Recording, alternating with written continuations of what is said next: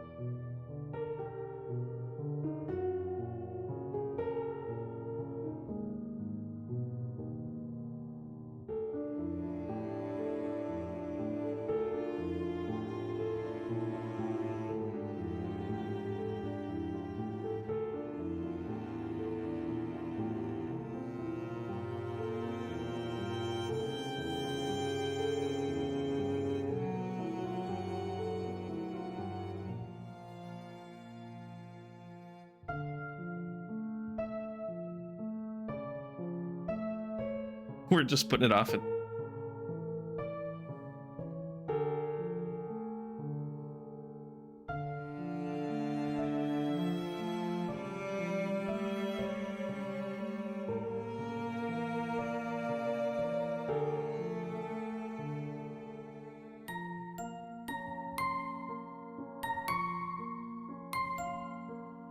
Because the one time I did the recap, Ray was like, that was terrible. It sucked. And I'm doing this in front of the stream. Great. This is going amazing.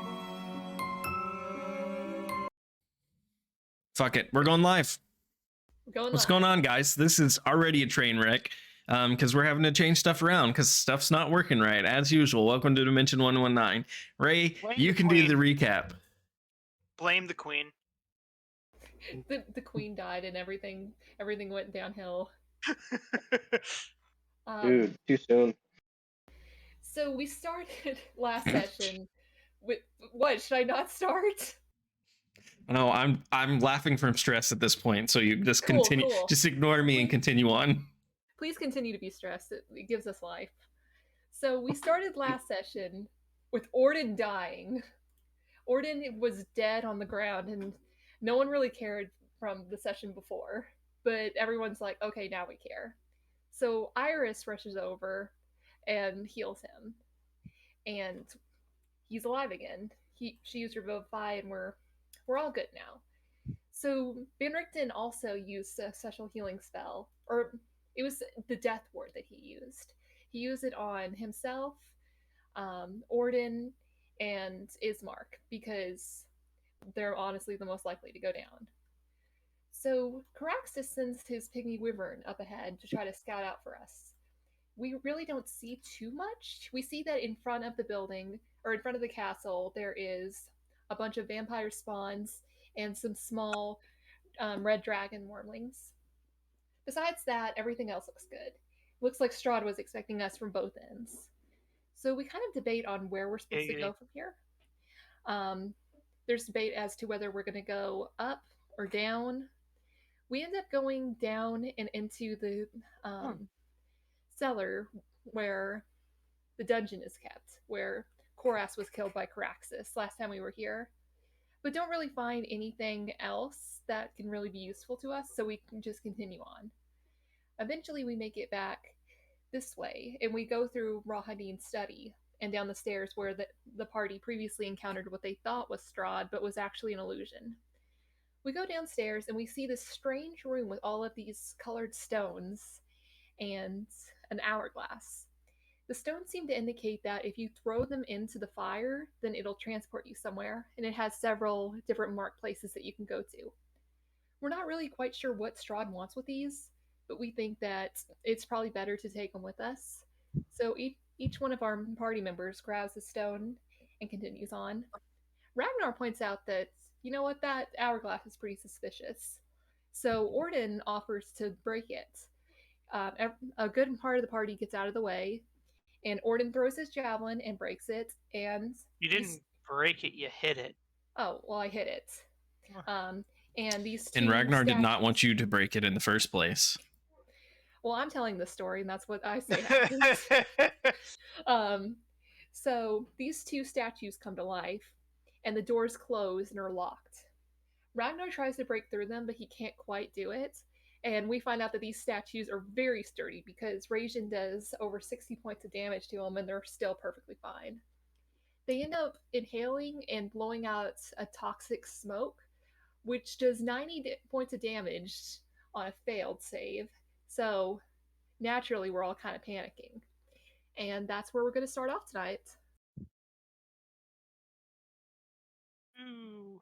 Yep, and it's his Orden's turn. No pressure, Ray. But you've had a whole week to think about what Orden's going to do with this turn. You think Orden thinks if I step to, I'm gonna be out of range and have to incur an attack of opportunity, aren't I? Unless you disengage. Can I do that? Can I disengage as an action and then run over Yeah. here? Well, Then you can't do anything. Yeah, that's the problem. I will attack. You could. Okay. What you sometimes the better option is to take the dodge action and step away. So then they'll always be at disadvantage. They'll still get the attack, but they'll just be at disadvantage, which is risky because you're nothing. Yeah. Hold on 1 second. I didn't have my character sheet pulled up. Has anyone checked that door on the south to see if that's just wide ass open? I think all the doors closed, didn't they? Yep, every door is slammed shut. Oh, okay, gotcha. Ooh, So it's clear that they're all locked up. Mm-hmm.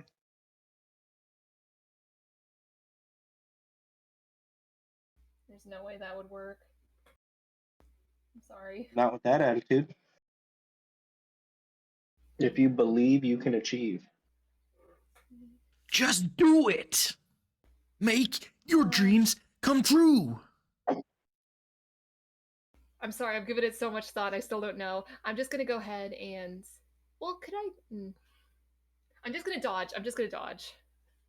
I'll stand my ground, but be kind of wary of what this thing's doing. As you are pretty much just bleeding out. Yeah, which is weird because it was poison, and it's weird that I'm bleeding from that.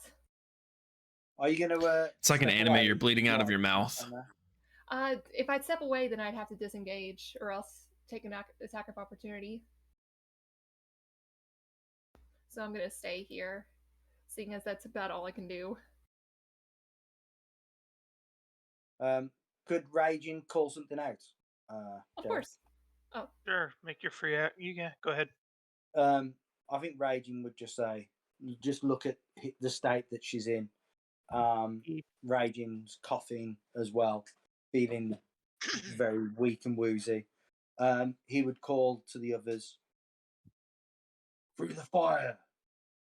Get there now!"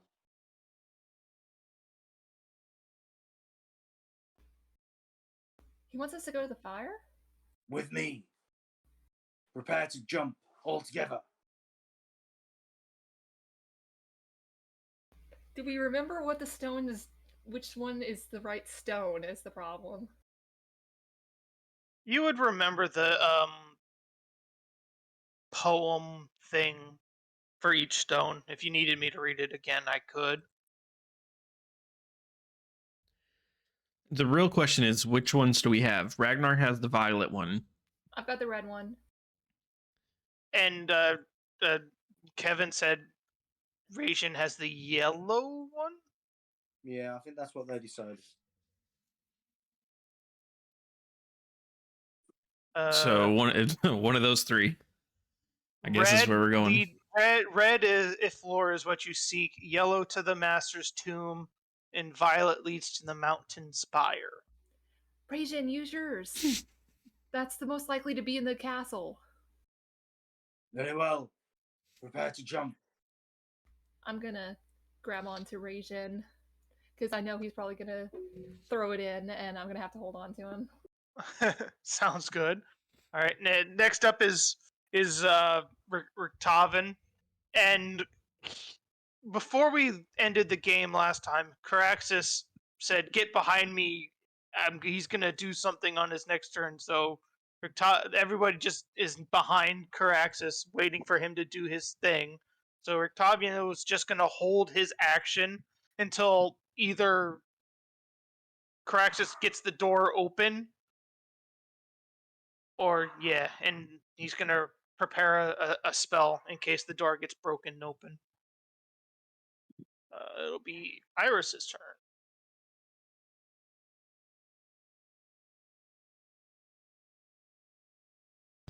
All right, so hear me out on this. I have a spell that I'd like to use if it works this way. Would I potentially be able to animate these doors and make them open with my animate objects spell? See what animate objects did.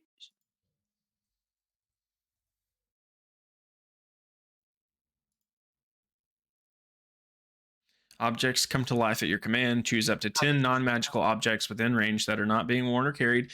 We've established that these are not magical. Medium targets count as 2 objects. Large targets count as 4 objects. Huge targets count as 8 objects. You can animate any object large. You can't animate any object larger than huge. Each target animates and becomes a creature under your control until the spell ends or until reduced to 0 HP. As a bonus action, you can mentally command any creature you made with this spell if the creature is within 500 feet of you. Blah, blah, control multiple cheats, blah, blah, blah. You decide what action the creature will take and where it will move during its turn. Or you can issue a general command, such as guard a particular chamber or corridor. If you issue no commands, the creature only defends itself against hostile creatures. So would we consider a stone door an object? Probably. Yes. It's also, I imagine, anchored to the wall. So yes. I'd have to. That would be your interpretation. I don't think it's meant to be that way, but I don't really either. That's kind of why I'm throwing it out there as a question. Like, I would say it's like it's anchored to the wall, so it's like you could still move it and do stuff with it, but it wouldn't come attached from the wall. Yeah, and I don't care about that. I'm just thinking like animate it enough to tell it to open and have them swing open. Right. Yeah. That would be allowed. That's pretty sick. All right. Well, that's what I'm gonna do. I'm gonna make this castle into Beauty and the Beast castle and animate the doors and have them swing open. You should get inspiration for that. That's a good idea. If she's doing that to the doors, does animate objects like have like an attack option because you're crushing Ragnar because Ragnar's behind one of them. He can move. On his turn. There was. I mean, there is. What size are the doors? Probably say how big are iron golems? They're large. Probably large. Ooh. Yeah, they have an AC of 10 and a +6 to hit. Fuck, 2d10 damage. 2d10 plus 2. Yep. He was taking the dodge action though, right? was Ragnar? I can't remember. No, I think I that was hit a the joke. doors. Yeah, you hit. Yeah, because the doors were attacked.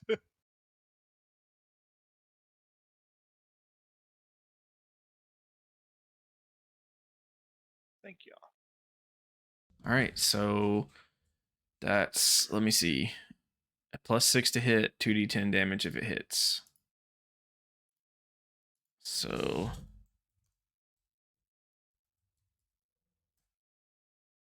are you fucking kidding me? Is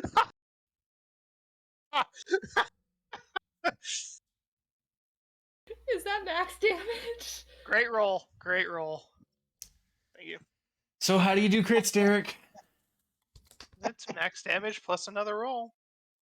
So that's This is the door? That's This 20. is the door. That's 26 plus. Okay, Plus if another Ragnar roll. gets knocked out from a door, you guys can't make fun of me for being knocked out every session. At least it's not a carpet. So that's You know what? that's 36 damage. Are you fucking kidding me, dude? Nice crit. Ragnar has 26 health right now. Ragnar is now down. That massive damage, bro.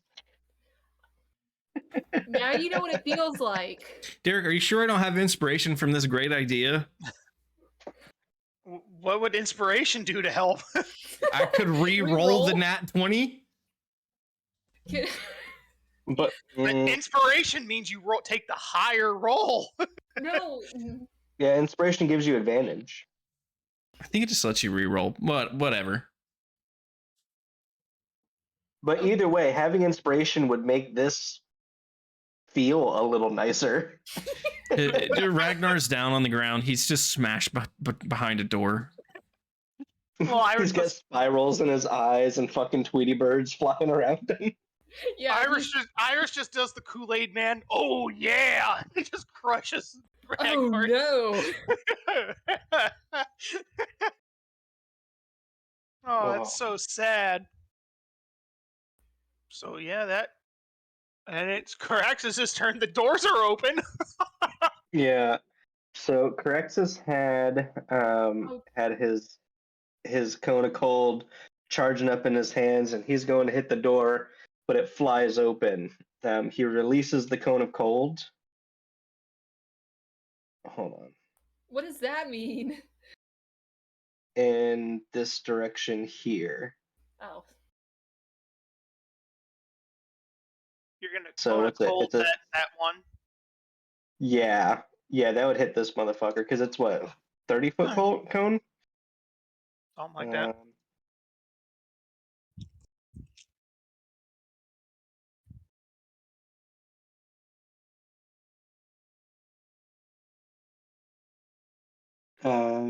60-foot cone. So yeah, it definitely hits that guy over there.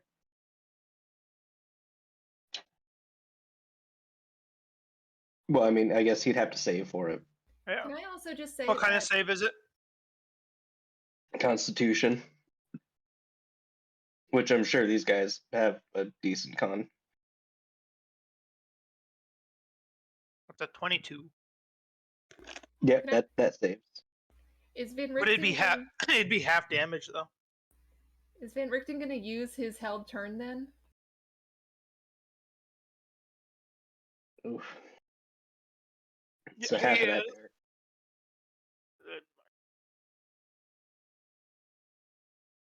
But I forgot none of his spells are actually useful in combat, so I'm gonna retcon it and say he's gonna Hail charge Ragnar.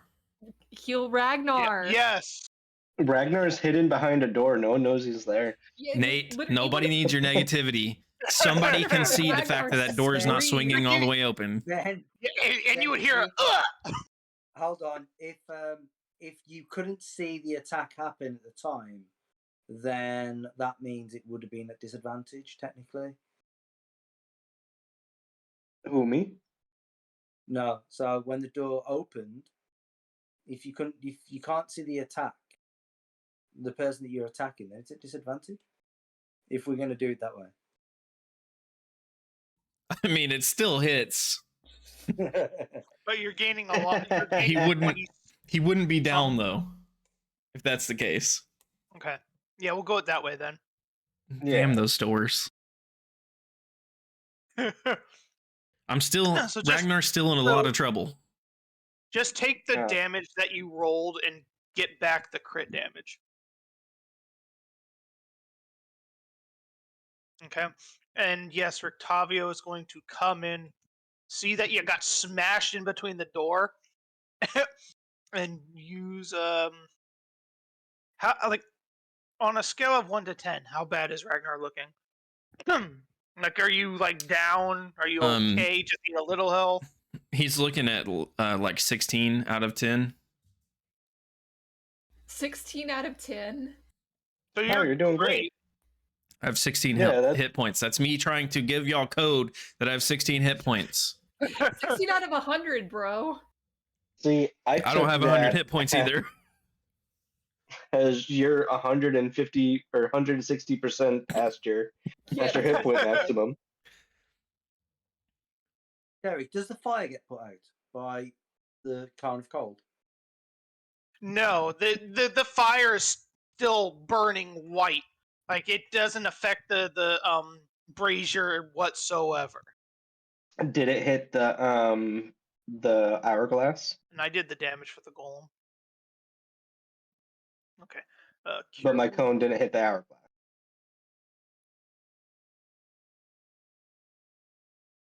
I didn't think about that. God damn it! It probably would have hit the hourglass. It probably would have. Yeah. It was going 60 that feet. that off hourglass is now shattered, and technically the fire is now out. Oh. Oh, okay. Wait. So then I don't run away. Okay. Oh right, the fire. Yeah. Yeah. Derek wouldn't let me finish my turn. He was too busy trying to save Ragnar. But yeah, you can. Yep, it would hit the brazier. The fire would go out since the hourglass above it just shatters and glass falls to the floor. And then Rictavio will heal Ragnar.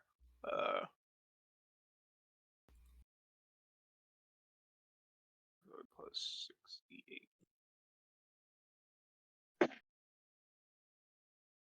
It's a spellcasting modifier. 7. Ragnar gets back 39 health. Oh, nice. Since he used it at 5th level.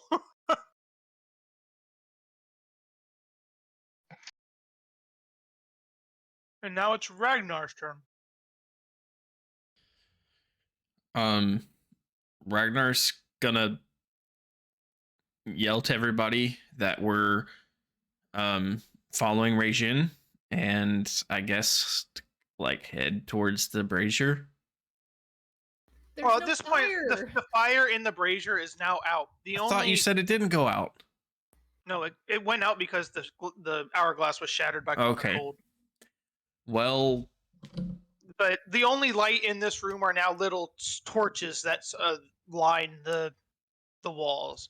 But the brazier and the fire is out. Are the golems still animated? Yeah, let's fix are the creatures still active? Yes. Shit.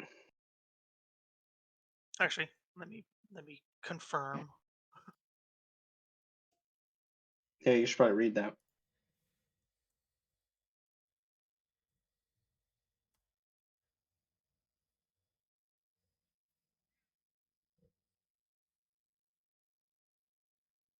Okay, nope, yep, they're still active.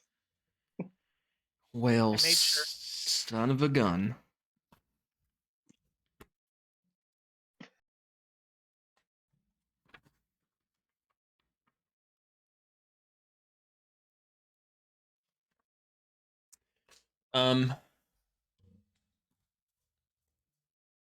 Raijin damaged the one to the right, right?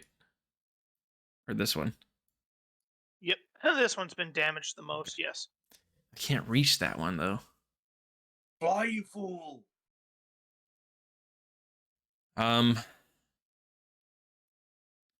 gonna come over here and pull out a tinderbox and try to relight the fire. Not really. I'm just kidding, guys. I'm not really gonna do that. Yeah, Ragnar's probably gonna try to take off running because he's looking rough. Is that 39 the healing I took, by the way? Yes. That's a hell of a lot of healing. Yep, he used Cure Wounds at 5th level. 5, 10, 15. He's just going to move 20 feet right now and just wait to see what else happens. Okay.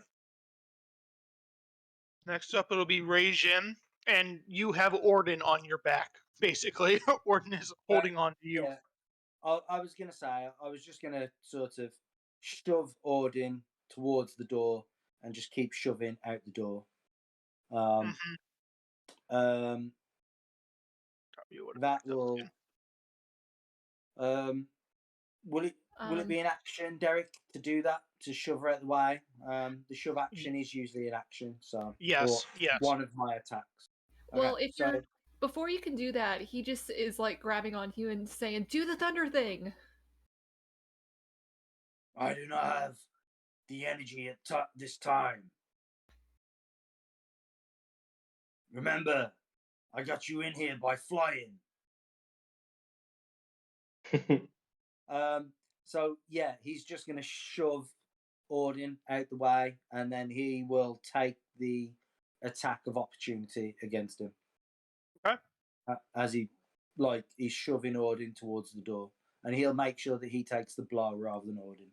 Oh, I will use my shield to keep us safe though. Plus, I'm dodging. I'm dodging also.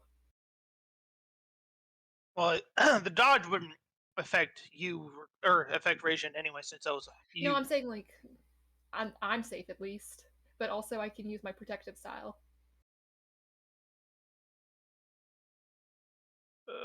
Plus 13. I don't think it matters. Disadvantage, Terry. It's Disadvantage. Disadvantage. Why? Because I'm using my fighting style. Oh, that's right. But a 27 does that hit? You literally called it before. They've got I know. To hit. Oh. Yeah, they hurt. Yeah, that's gonna hit. Do your damage, Derek. Here's pain. Yeah. Okay. Yeah. So we get through the door. Leaves me on 4-7. Yeah, Raging takes a big blow from the stone sword, great sword across his back. It almost breaks his spine. He feels, but he did so protecting Ordin. So it could have been more dangerous if Ordin's shield hadn't reflectively blocked half of it, but it was still a big shot. And we'll get through the door and command that the door gets shut behind us. You're shutting, or as you get through the doorway there, you see the iron golems. They kind of immediately stop moving, kind of do that little robotic type-esque movement, and just move right back into their original positions. Holy shit! They can't move. Not pursuing you. Are we out of combat? For now. Let's go back in there. No. I'll just let out a big sigh, and I will grab Rajin and Ragnar and pull them aside so that I can do some aura vitality. Let's see. So it goes for a minute, so that means I get 10 uses of this. So yeah, the best thing to do is just roll like what is it, 10d6? Or is it? No, it's 20d6. How many? 20, because you get 2 for each turn, or for 2 for each bonus action. Yeah, just roll 20d6 and then. Do I get any addition to this? It doesn't say. How many creatures can you heal with this? Let me read it off to you real fast. Basically, it's like an aura, and we have to just keep walking through it. It is an aura. Yeah, we stand in it, and then she chooses how much hit points we get, basically. Yeah, the range is myself in a 30-foot radius. Until the spell ends, the aura moves with you, centered on you. You can use a bonus action to cause one creature in the aura, including you, to regain 2d6 hit points. Is that plus my charisma modifier? It doesn't sound like it. It doesn't sound like it. Yeah, I didn't think so. So it'd be rolling 20d6 and then just giving out however much HP you want to whoever. Mm-hmm. Let me divide that up so we can get a pretty even distribution. Octavio's hurt a little. Ismark's hurt a little. Rajin's hurt a lot. You're hurt a lot. Yeah. Ragnar's hurt a decent amount. How about this? Hold on. I would suggest us resting here if it is safe and hidden. Iris is hurt a little bit, and Ragnar's hurt a little bit, but it's not as bad as it was. How about this? I'll give 23 to Rajin and 22 to myself and Ragnar because we both almost fell. And then we can take a short rest if we need to use some hit dice. But at the very least, that should conserve some of our hit dice. That sound good to you guys? If I don't need 22, can I say that and not waste the extra or not? That's really bad, Nathan. How about 20? Well, he got healed, but for oh yeah, that's true. That's true. Shitload. Okay, then I will give that 22 to Van Richten. He doesn't need 22 either. Oh my gosh, who needs it? What I was saying, if you were saying that I get 22, would I be able to, since we have this pool basically, would I be able to go to full and say, hey, I have this much left, and then you can distribute that somewhere else, or how I don't know how that works. I imagine so. Because I only need 15 with Ragnar to be full. Okay, hold on. I would trying to do it as Raging.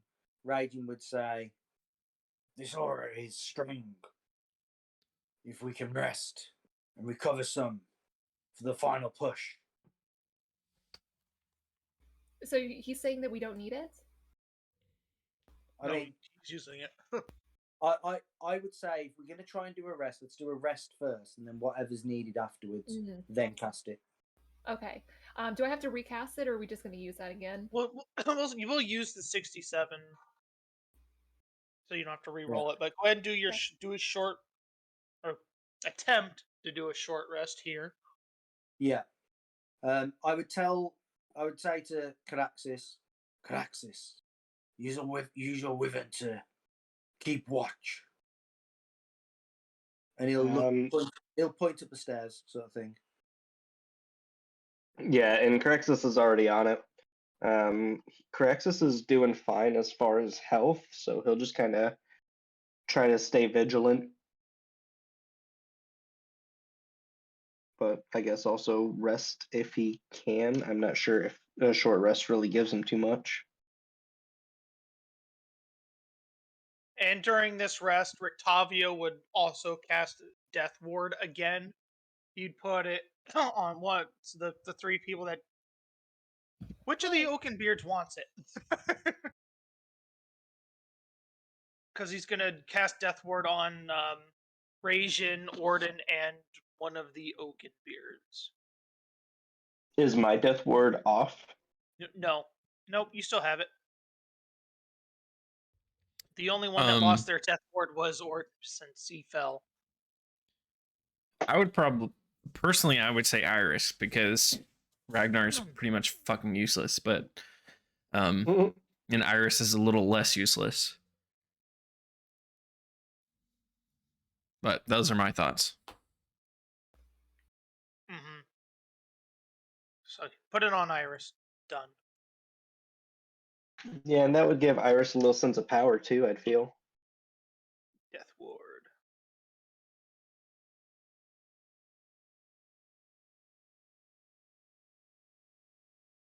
Thank you, Van Richten. That really saved me back there. And he would look at you and kind of, you'd see an annoyance in his tone. Quit being stupid. Quit doing such stupid things.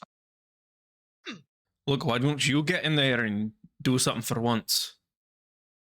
The door slammed shut before I could. Now let's not fight. Look, it was a mistake. Everything's fine now. You're the monster slayer, but I haven't seen you slay anything yet. I haven't seen you do anything but walk into traps. I flew and killed one of those things on the balcony. It was the whole name of our last session. And I've spent a lot of my time healing those that were falling because of of the whole incident. Ragnar's just making faces at him. While you two clerics didn't heal a damn thing. Look, dearie, I brought the Dragonborn back to life. I haven't seen you do that. Iris did really good. Raging at this moment in time is just taking off his armor slightly to try and start patching up the gash in his back. He'll probably ask Odin to just help bandage him. But yes, you would get a short rest. You can use whatever hit die you would like to regain HP.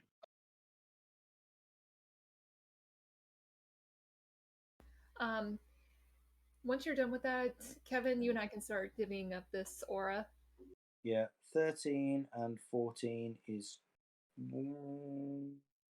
13, 14, 27. Let's add 27. 36. 36 plus 20 is 56. I think I have a long way away still. Yeah, it's not helpful. 9, so that's 13. 2, 4, 6. Better. 4, 6, 8. Let's just do all 9. If needed. So 28 as well on top of that. 8 on top of it. 64. 84.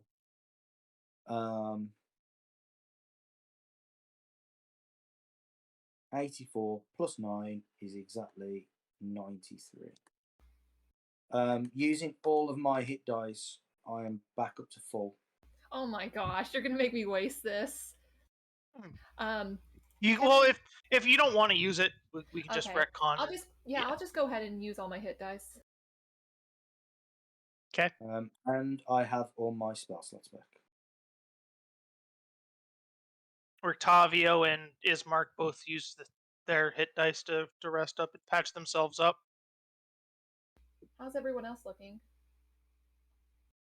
I have a question for Derek and or Kevin. Would I be able to use the help action to help someone make a better roll on their hit die? No, not officially. No. Okay. I didn't think so, but I was sitting there I wasn't doing anything this short rest anyway. I wonder if there was something I could do. But yeah, that makes sense. I just wanted to double check. But I'm good on health. I'm 41 out of 41. Okay. Caraxis, I assume you are watching the door area, listening that way, while your wyvern listens the other way. Make perception checks for both. Ooh, okay. Got you. I think perception? Yeah. That's mine.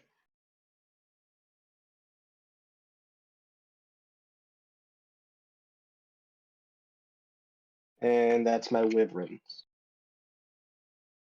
Okay.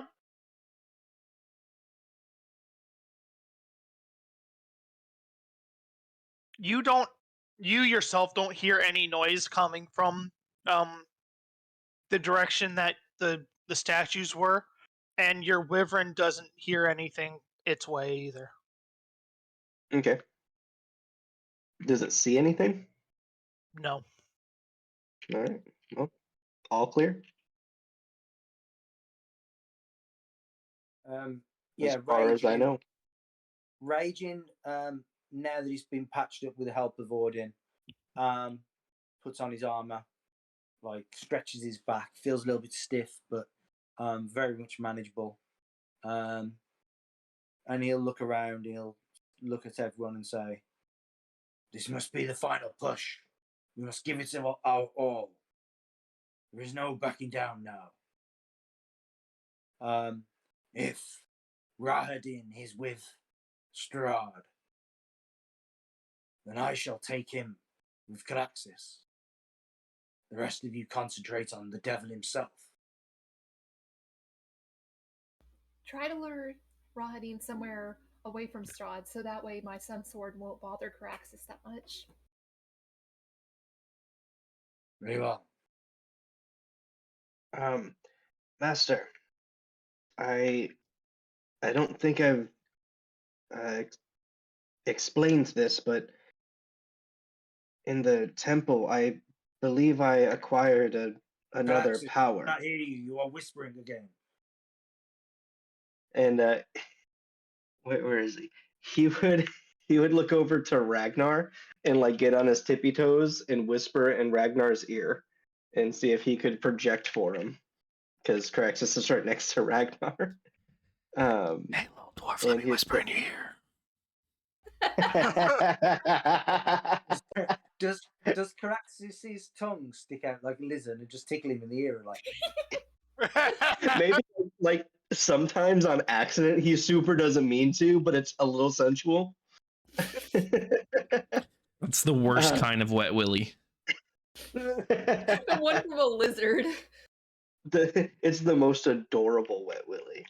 But he would tell Ragnar that he believes he has another power that may rhyme with flinger of fleth. Because he can't give a straight answer, so he's like, I have a. Well, you didn't. Like I can fix. No one asked you, right? No one asked me, and like. So you should just be able to say it. Yeah, you can't give straight answers to questions. Just a question, so I can be okay. Yeah. So he would tell Ragnar, I believe I've acquired the power of what you would know as the Finger of Death spell. I can finger Strahd to death if we get him to a very particular position, health wise. If Ragnar didn't look like Raven from That's So Raven when she has a vision right now, then he would have the most confused look on his face. But right now, he looks as if he's back in the past, reliving a moment. He's having a flashback right now to when he himself was fingered to death by a witch.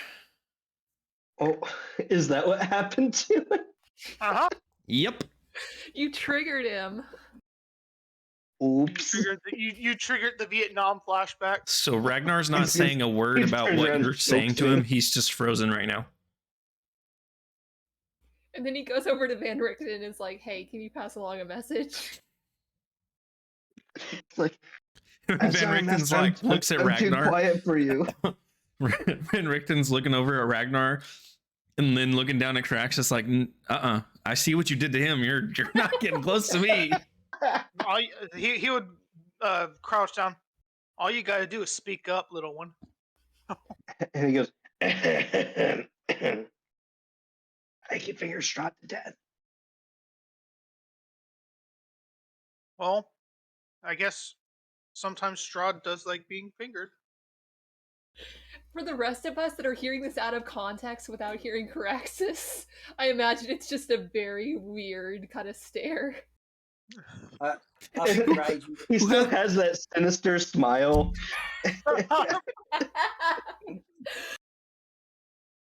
I think Raging was moved over to have heard him say that to Van Richten, and he will say, "It has been strange since the temple.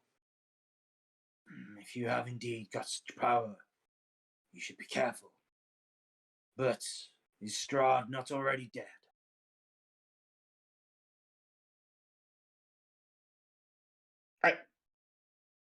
I hope he is. No, he's a vampire, Caraxus. Well,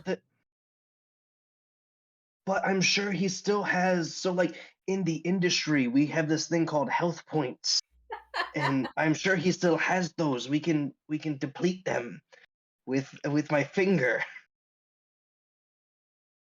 Raging will roll his eyes and go, "Very well, you may try it." And then he'll walk away. I'm gonna walk over to Ismark and be like, do you have any idea what just happened? He'd look at you. Looks like Caraxus wants to give Strahd a colonoscopy. Well, at least they have advanced healthcare in Barovia. Just not dentists. Just not dentists. I hate the dentist. I'll just follow Raisin to get very far away from this whole conversation. Is anybody taking Ragnar? Because he's like shakiest gun in the West guy right. No, I'm just kidding. He's moving too. So He snaps the out of it plan? and follows. Where are you heading? Well, there's only sort of one way we really want to go, isn't it? Are you going back down, like towards the golems, or are you going back up? No. Why would we go back down there? We're not going to. Well, there are now our strength. There are 2 doors in that room. Caraxus didn't see them, but like there's 2 unopened doors in that room. Yes, and there are Strahd 2 could be in there. I'm not arguing with you on that. You also saw the golems go back to their positions and become lifeless again. Okay, wait, I have an idea. Can we send the wyvern in and see what it does if it's going to attack it? Yeah, this thing's super expendable. Like, I hate that it's expendable, but if it's expendable, then we might as well. Orden, it's not even real, and he just starts like hitting it. Like this thing is just it's a premonition or whatever it's called. Is it wearing a red shirt? Bad squeaky noises. Yeah. Yeah, it's still making like lifelike ow ow ow noises when I hit it, but but yeah, Raging was walking up the stairs, and like Orden has said this, and he's just done that about turn. Very well, let's try this then. It's just like the Amber Temple all over again. It's another Orden plan, foolproof. I feel like what's the worst that could happen? I feel like Caraxus is just punching his wyvern in the face, just like it's fine. This is what Raisin does to me when we're alone. He actually, like when Caraxus is alone, he looks at his wyvern and every once in a while he goes, "You disappoint me."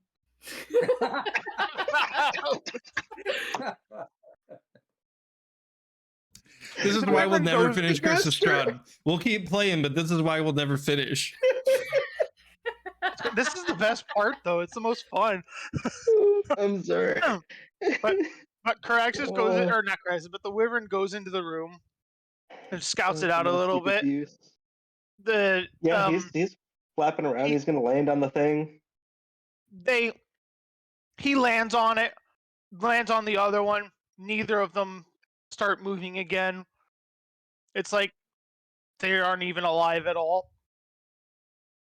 The wyvern is also going to step on the ground and kind of walk around on the ground a little bit just to see if they're triggered by that. Uh-huh. Yeah, all good? They're all good. Wedge the door open so it cannot shut again. Hey guys, I just noticed how red that floor is in there.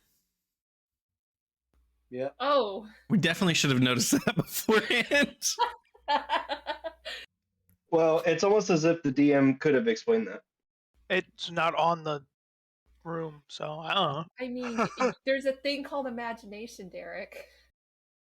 Imagination. So are we going in the room or not? I will go in the room. No. Caraxus will, Caraxus will take the lead. We're gonna wedge the door open though, Derek, before he goes, right, in case they slam shut. Good plan, just in case. Yeah, I'm going to check door number 1 for traps. Make a investigation check. It's a 21. You do not find any traps. All right. Is the door unlocked? Yes. Okay. Caraxus would knock on the door. Knock, knock, knock. Mm-hmm. Yeah, put your ear up to the door. You don't hear anything on the other side. So yeah, he'd crack it open. What's behind door number 1?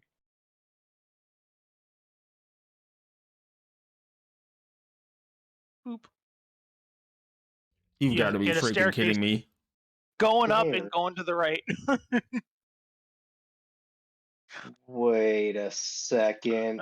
The He's door gonna. creaks open to reveal a stone staircase between rough masonry walls. There's little dust on the steps, but light fog tumbles down the steps from above. So there's Alright, so there's like a little cloud of fog slowly rolling down the steps. he would send the wyvern up here, and then he would start backing out and checking this door. Okay, the wyvern sees how far can a wyvern see in the dark? He has dark vision. So what's that, 60? 5, 10, 15, 20, 20. Can see that far. Okay, gotcha. Long creepy hallway. And you Then it's the same thing as before. You don't find any traps, and you also did your you Yep. don't find any traps on this door. Yeah, look at the trap. I knock, I peek my head through, and what do I see? Oop. 80 tree. Behind the door lies a dark spiral staircase leading up. Okay. Craxus is going to, before he sends his wyvern anywhere. Oh, there's Rajin. He'd go and deliver his quest to Rajin and ask, Master, the first door leads to a long hallway that is full of fog. It seems well kept. There's little dust. The second, on the other hand, is dark and moldy. It has cobwebs all over it, and it's a spiral staircase going up. What would you like to do? Does it continue going up? How far? I have not checked. My wyvern is on the way as we speak, oddly enough. And he mentally sends his wyvern. Oops, did not mean to do that. Go up there. Seems to be multiple floors. And the DM is upset. Do we have an idea? And he's asking the rest of the group. Do we have an idea where to look for Strahd? I mean, In his tomb? the foggy place sounds really suspicious. That sounds like a vampire. His tomb will not be up. So the spiral staircase maybe makes less sense. We shall take the foggy path, correct? Whatever gets us to this black area over here. I think I seen something over there for a minute. Fuck off. 11 HP unlocked door? You mean this motherfucking locked door over here? That's the door that you were fighting, that was the door that it had an HP to it. I gave it more HP than it had in the beginning. Yes, you did. Okay. We call you wyvern. We call you wyvern. We go this way, and he'll point towards the foggy hallway. And he nods. The wyvern kind of like zooms out like a drone and swirls into the hallway. Okay. This tunnel is cut into the pillar stone of Ravenloft itself. Its surface is slick, and its ceiling is barely 6 feet high. There's a lingering fog that is, as you get further into the hallway, starts limiting division to only a few feet. Oh, I'm gonna. So the fog gets very dense and thick as you start inching your way down the hallway. Mm. Boop, boop. I'm gonna stay close to the beards. Odin, remain in the middle of us all. Okay, I'm gonna stay in the middle, actually. The Oakenbeards, do they have knowledge, like stone cutting knowledge? No, they're dwarves. They built with trees and they live in tree houses and things like that. So Yeah, exactly. But yeah, the Oakenbeards can tell that this passage is a relatively new construction compared to the other areas of Ravenloft. Ooh, we're on the right path, I feel.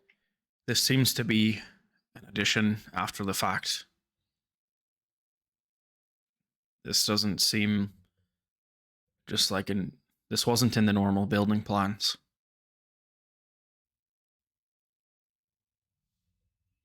We should proceed with caution. I feel like that's the normal way we're proceeding. It hasn't been the normal way we've proceeded thus far. This fog, can anyone tell if it's natural or magic? Have any of us had to make saving throws yet? Then we might be fine. Derek. Yep. Derek, I'm gonna take my greatsword, and as we walk in, he's just gonna be like prodding the ground, checking for traps along the way. He'll tell Caraxis to do the same as well. Caraxis, keep your nose to the ground. Both of you make traps. Both of you make perception checks as you two are leading the way down this hallway.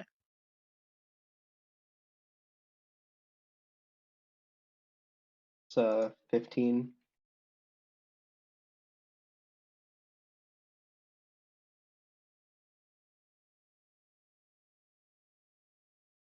Yeah, Okay. something feels fishy about this. Stop putting a big fist over my face, Derek. Well, that's me putting. Well, fine. You remember that you have Death Ward. That was my Death Ward. I will remember. Gotcha. So yeah, you two, neither of you, as you're going down the hallway, notice anything inconspicuous or out of the ordinary, other than it's a long 120-foot, very, very foggy hallway. Yeah, the wyvern's just gonna keep flying forward until he bashes his head into the door. At the end. Yeah. Poor little baby. Master, there's a door ahead. Maybe 100 foot away or so. I'm Or do we use kilometers? I'm gonna stay just ahead of Ordin. So I know I'm creeping ahead, but All right, stop there. As soon as you both, or Rajin and Caraxis, get to that point there, Caraxis is going a little bit ahead first.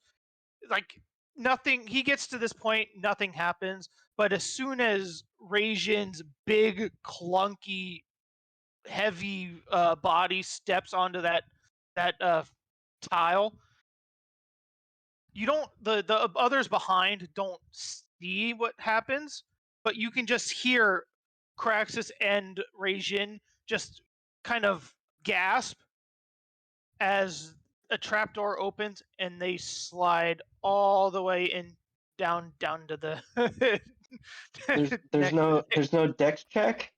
Nope. Fuck. Oh wait. I just remembered. I have 50 feet of rope. I will throw that rope down into the you didn't see it happen. You just Oh, heard it's not them open? gasp. Gotcha. But no, then it opens up and then resets. And Caraxis would whisper at you, "It's a trap!" As he's sliding down this chute. There's no damage taken from it since it's just a slide. My wyvern would immediately fly back and like bash Ordin in the face and try to stop him. God damn it! I'll do that. Try to get it off. Is that the same area that Ordin kept getting deposited to last time? Kind of, yeah. I know it's not the same cell, but it's the same area. Okay, I was just making sure that we're taking this game full circle. Again. I remember us leaving all the doors open because Ordin kept getting trapped in there. So he's gonna immediately start swimming out, and down this way. Oh yeah, Caraxis. it's deep. Help! I don't think that's full of water. I think the bottom area is full of No, water. The it's whole still thing. this whole bottom area is probably chest deep water. Yeah, he's Oh, gonna because the Four or five Oakenbeards broke these open, and they weren't. I don't remember. They weren't swimming before, so Yeah, because you go down into them. He's deliberately not touching the ground, Derek, as he's Okay. swimming over these, and he's Right. going to get up to the stairs, and he's going to shake himself off like a wet dog. Wait for Craxis to catch up. What Master, does the? Go ahead. I was gonna say, Master, in the large room there's a shortcut. My wyvern scouted it out. It must lead to the other room. But we cannot get up there. It is too tall. Well, fair enough. We're gonna ask Derek. how much string did you buy, Craxus? I have 300 feet of string. How high was it, Derek? The balcony. Let me go back and look again. I think that was like maybe 15 or something. You wrap enough of that string together, you can make a rope out of it. And Craxus, Rajin could throw you up there. Okay, so the balcony stands 7 feet above the water surface, and the water is 3 feet deep, so it's 10 feet from balcony to where you can stand. Oh, it's that's not. That's reasonable. That's a high jump, man. No, I can just throw him up because I'm like 6 foot summit, and he's like 3 foot, right? So I only need to throw him up like a foot. Just stand on the chairs. Yeah, I could toss the chairs down. The thrones, the little thrones there. Yeah. Are you strong enough? To move a throne? Yeah. Craxus is like negative one string. I've got I have got rope anyway. Mm-hmm. Yeah. Okay, so what's the other part of the party doing as this happens to Caraxis and Rajin?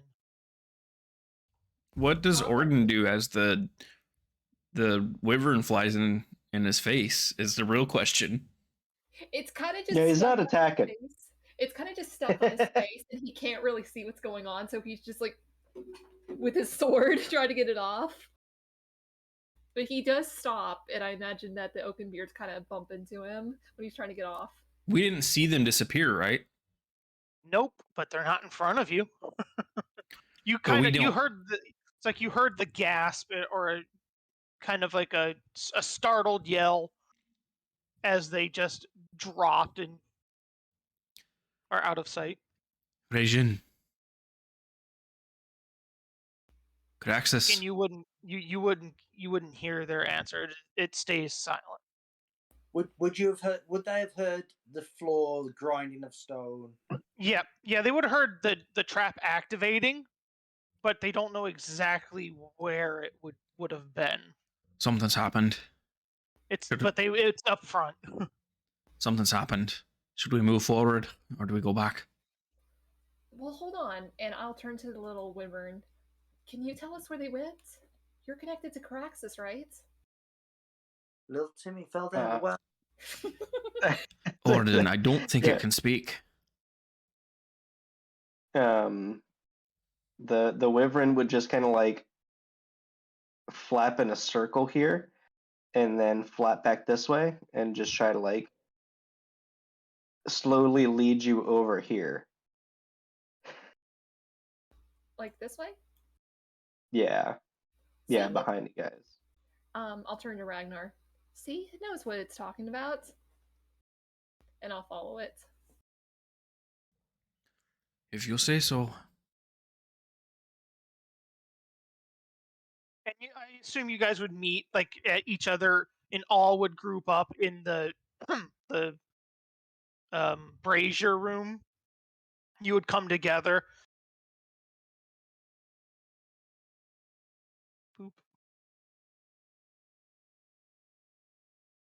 Boop. Raging probably walks in and goes, God damn it.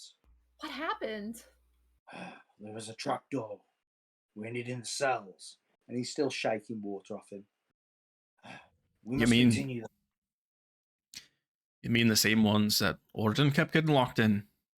Shamefully, he... Yes. Ragnar just looks to Orden with a smile. Orden's kind of just See, it's not so smiling. different.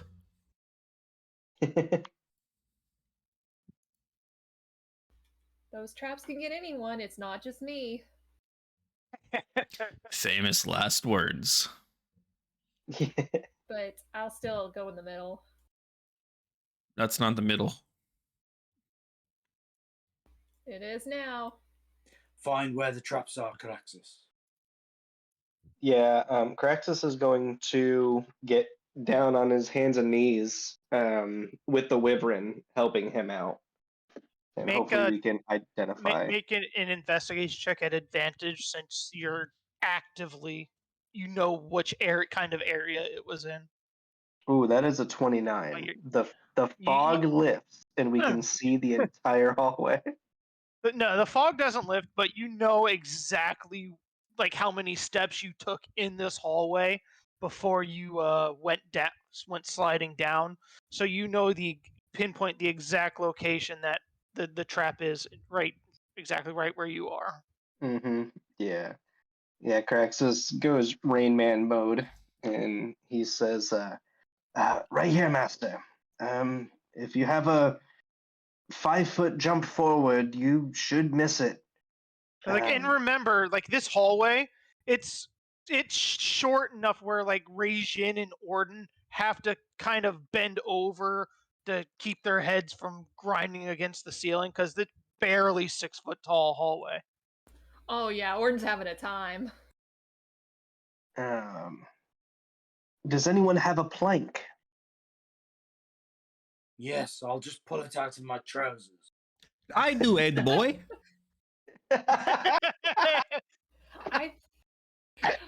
Never mind. I've got my shield. Caraxus, you walked across fine, correct? Yes, Master. That was totally the wrong voice for that character, but it's the only character I could think of from the show. I know exactly who you're talking about. I feel like the Dragonborns could literally just lay across it if need be.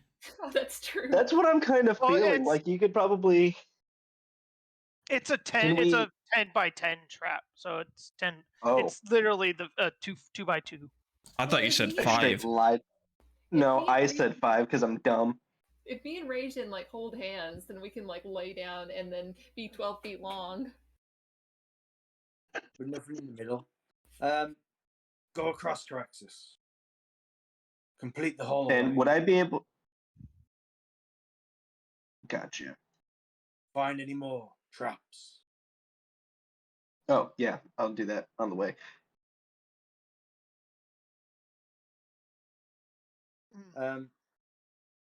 Raging That's is a gonna 18 there. Yeah, Raging will stop Ragnar. And he will say,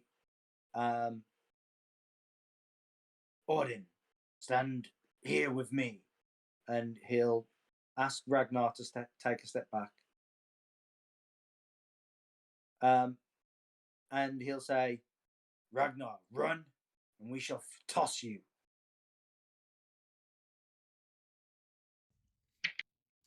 Nobody tosses a dwarf. This is the second time someone's tossed a dwarf. Toss him more than 10 feet, Master. I'm not so worried about you, but Orden, put your back into it. He's gonna look insulted at that. You guys are gonna toss Ragnar, and he's just gonna bonk his head on the ceiling. Oh yeah. Yeah, but and it's land right into the trapdoor. But now Ragnar doesn't have to jump up because he's going to be thrown horizontally rather than like him having to jump up. Are we gonna throw him like a football? I'm sorry, you're English. A soccer ball? You don't throw a soccer ball. You don't throw a soccer ball. That's why it's football. You Hey don't Nate, throw by it. the way, your head's being chopped in half. There you go. Is this better?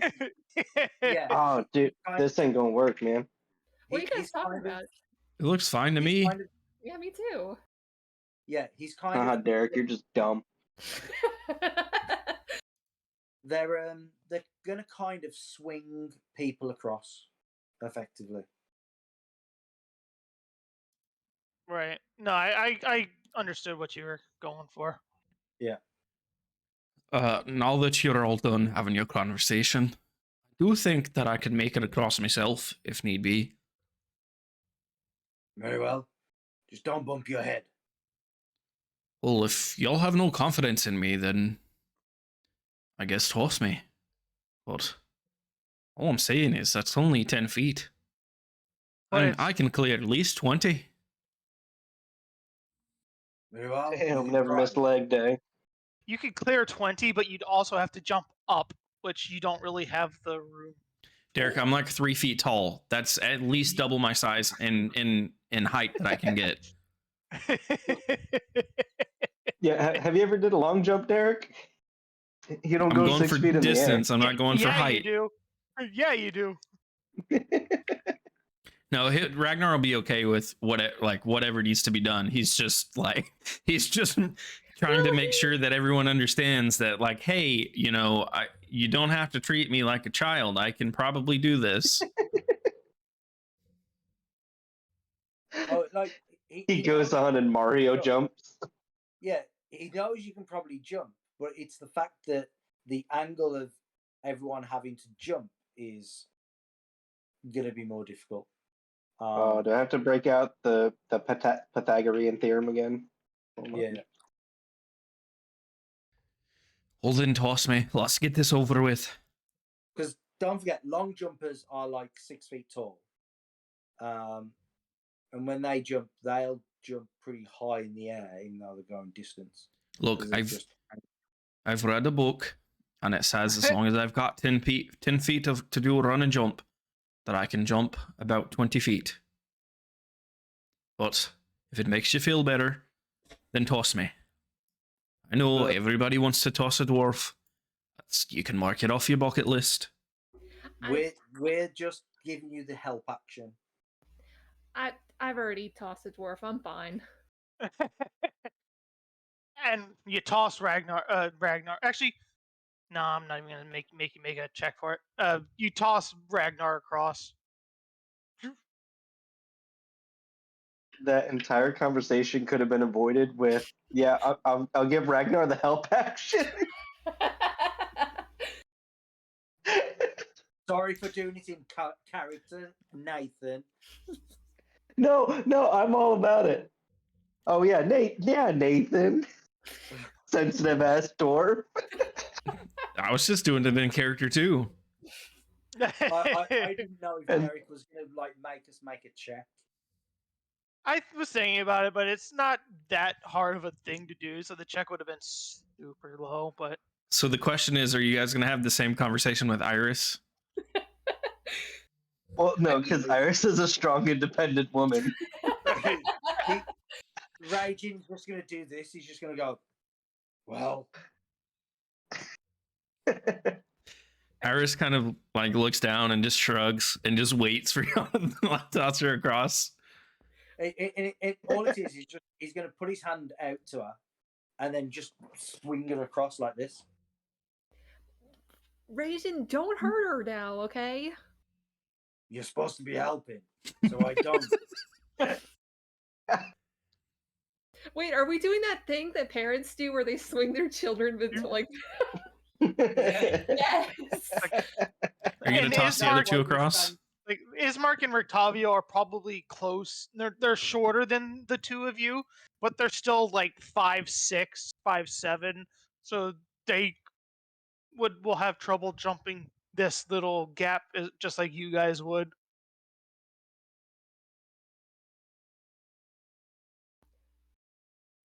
I've still got like a foot on them, so I'll make it a little easier.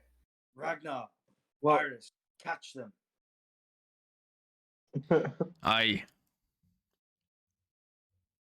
How would they even have the air, be able to get the not necessarily the momentum, but the angle correctly to not hit their heads? They're only because throw 'em Derek, here's the flat. thing. Well, yeah, you could just dive. Each person grabs an arm and a leg, and they do the same thing but swing that way. okay. Catch me. Wee. Whoops.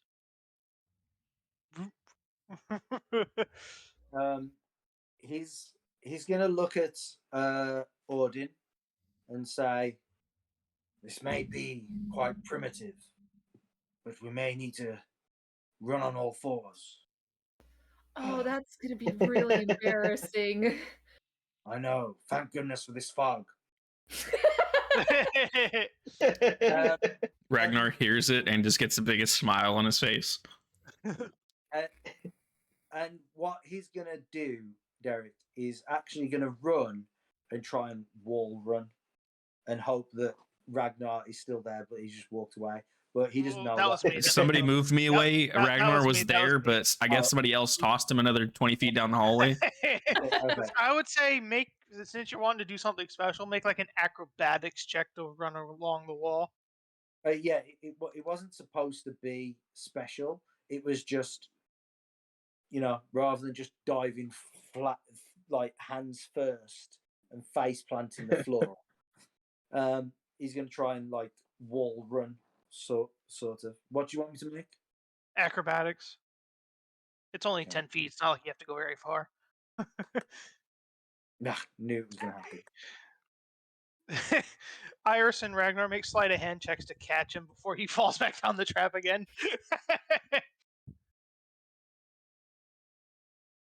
Can they not give me the help action? Yeah. You make it fine. I'll let them give you the help action. Oh, that would have been good anyway. The Oakenbeards catch you on the other side, and then they look over. Raging lands on his face. He sort of gets the angle wrong, hits the wall, and then sort of just almost flops on his back. And they just catch him, and they are able to sort of drag him out across. It is not glorious at all. So Maybe we should have tossed you. Seeing how bad that went, Orden's just gonna back up a good amount, and he's just gonna like get really low and try to Naruto run across this, and just do a very like quick jump across this little trap right here. Orden the nimble, Orden the quick. Orden known for being stealthy and quick. All right. Everybody gets across this stupid thing. We're going to spend a half Yay. hour on this trap door. Guys, I had to turn my hat around for this. Yeah. I didn't even have to roll. I'm sick and tired of this trap door. You know Yeah, what's there. not so fun now, is it, Derek? How's the store looking, Derek? I put in an investigation. Orden's gonna ride himself and then turn to Rajan and be like, just like that. Was that the 29 for investigation, or was it one of the other ones? No, it was the 1724. 17. My wyvern's helping me. Well, 24. My wyvern's helping me.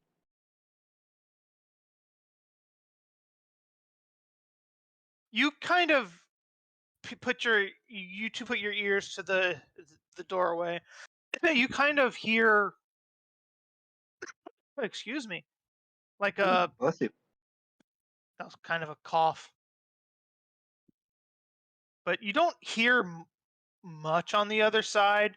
You kind of, I don't know how to describe this room without just opening the door, but you don't hear anything on the immediate side. What about on the later side? Oh, shut the fuck up! I'm gonna kill you. Crexus would say, there's something deep within the room, but I'm going to peek my head through and check it out first. And he'll crack open the door, and the wyvern's gonna sneak on through. What's Caraxis's, or the wyvern has dark vision, does Caraxis? Yes. Because this room is pitch black. Just so Okay. everybody knows. Oh.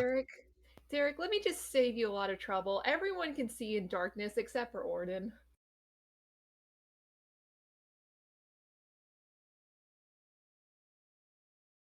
And Vonrington, I guess.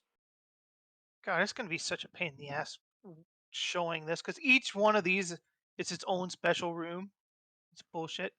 Jeez. Um.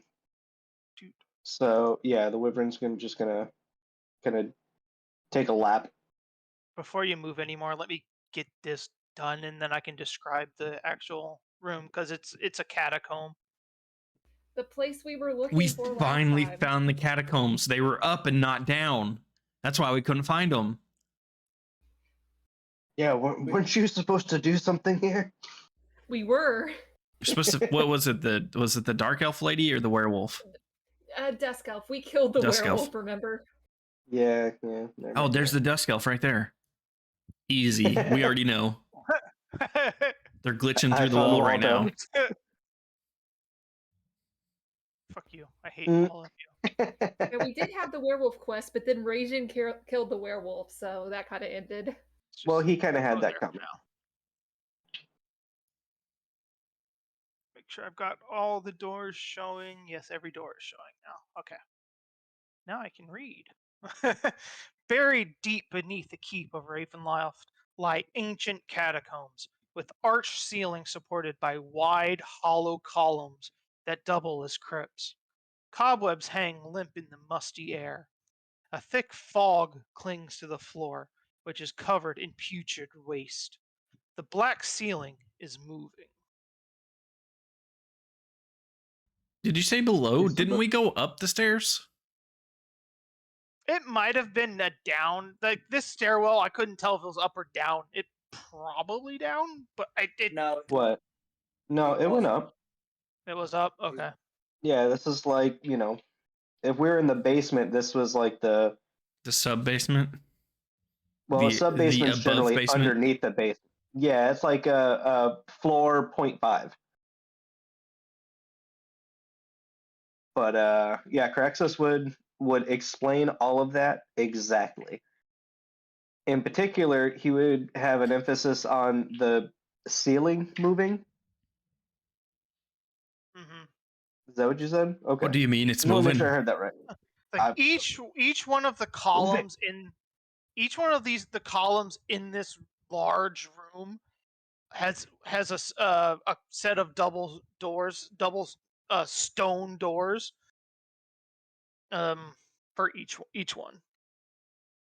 Okay. Can I see down this hallway and this hallway there? Make it since you're you can see in the dark. Make perceptions check to see, because you were looking up at what was moving. You said so. Yeah, I mean, and he can fly up too if you let him. No, but go ahead and make a perception check. That's a really strong 7. The wyvern can't tell what is moving up on the ceiling. The image that I'm receiving is distorted from the wyvern. I think he needs LASIK. You have a new power, correct? Something that covers a large area. My cone of cold? Right. Yes. Yes. Right. Yes. Rolls is up. How would being cold help this? You will freeze whatever it is. If it is multiple things. Ah. And he'll shake his head and he'll go in, and then he'll pop his head out and say, "But what if they're like a swarm of bats or something?" Then you will freeze them all. Yeah. It might be an innumerable number of 9 spiders. It could be. There's That's so what's many a- spiders I can't count. That's what an area of effect spell does. Area of okay, yeah. Oh, I remember. Yes, yes, yes. Okay, and he'll come in and he'll just start blasting shit like. He's just gonna walk around. Pew pew pew pew pew. Yeah, he's just Orden, Yeah? I don't think Strahd's in there What makes you think that? because Craxus isn't dead yet, and the Wyvern was able to fly around. Is But it worth you us looking around in there, or should we move on?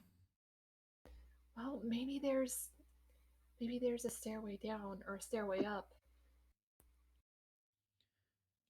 Craxus said there was a lot of doors in there. oh, lots of doors. Like Caraxis, you're blasting. Every time you make a blast, just hundreds of bats fall from the ceiling. As you're looking up and you see this happening, you can estimate that there are probably tens of thousands of bats flying above your heads at the ceiling, clinging to the ceiling, and whatnot. What's the range of your cone of cold? 60 Like, feet. what's the 60-foot cone.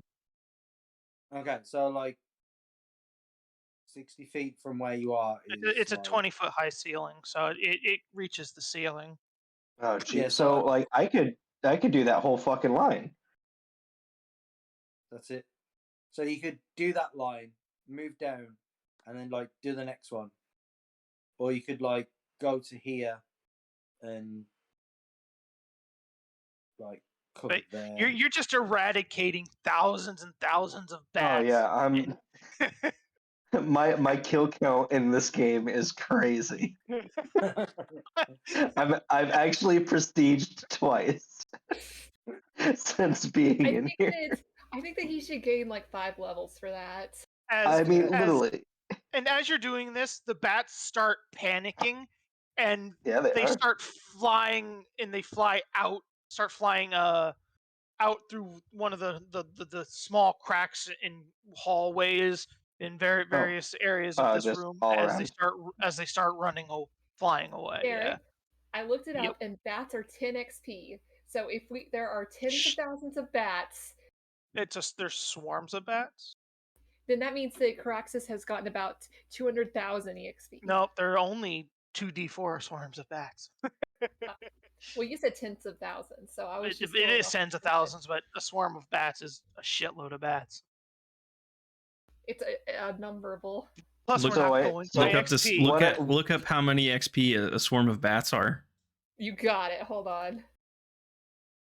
So here's the thing, Derek. What I'm hearing is I don't get 10 levels, I just get 1 level.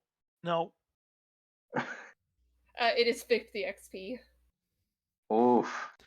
All right, Derek, so you're cheating me at XP here. we don't play with XP, yeah. so shut up. So what Yeah, are he's you just guys going around doing? blasting. Considering I can't see in the dark, I'll go ahead and light up my sword and kind of just very gingerly take a step out with the oaken beards. And then I'll call after Rajan and Caraxus, guys, don't go too far! And then try to run that way. Caraxus, all we hear from Caraxus is just breathing cold everywhere.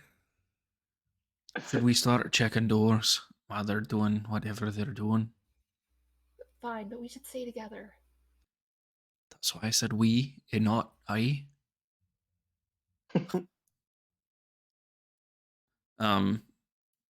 Ragnar and Iris will go check this door.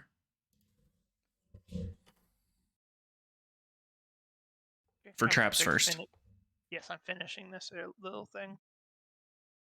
You obviously can't personally see all of this all at once, but I'm not going to do it as you go, so I'm just doing the whole goddamn thing. Well, we'll say my wyvern ran around and exposed everything.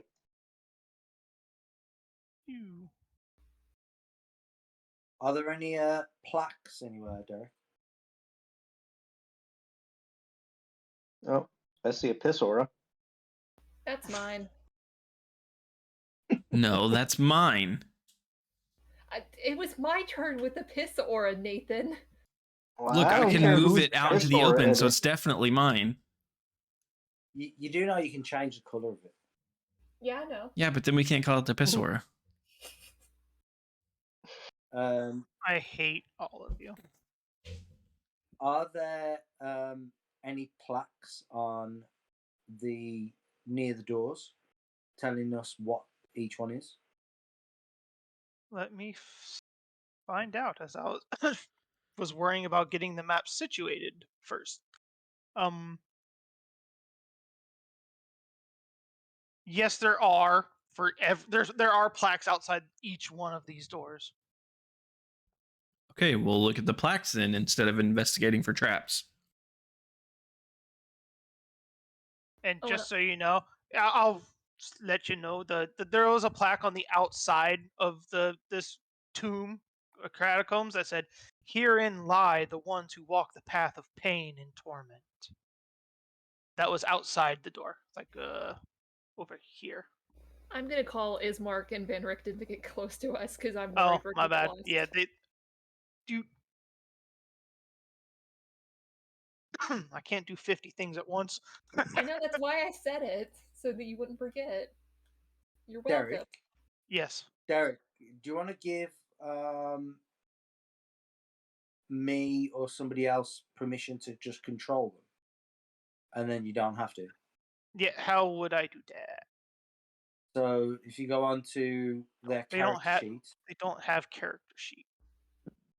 what they don't have a character sheet. No. They have an NPC sheet. Trying. I don't think so. I think we've gone over this before. Is it just a token? Yes, it's just a token. Oh, okay. So you don't know what spells they've got already. Okay, that's fine. I have to look. I have their character sheets pulled up on like a web page. Oh, okay.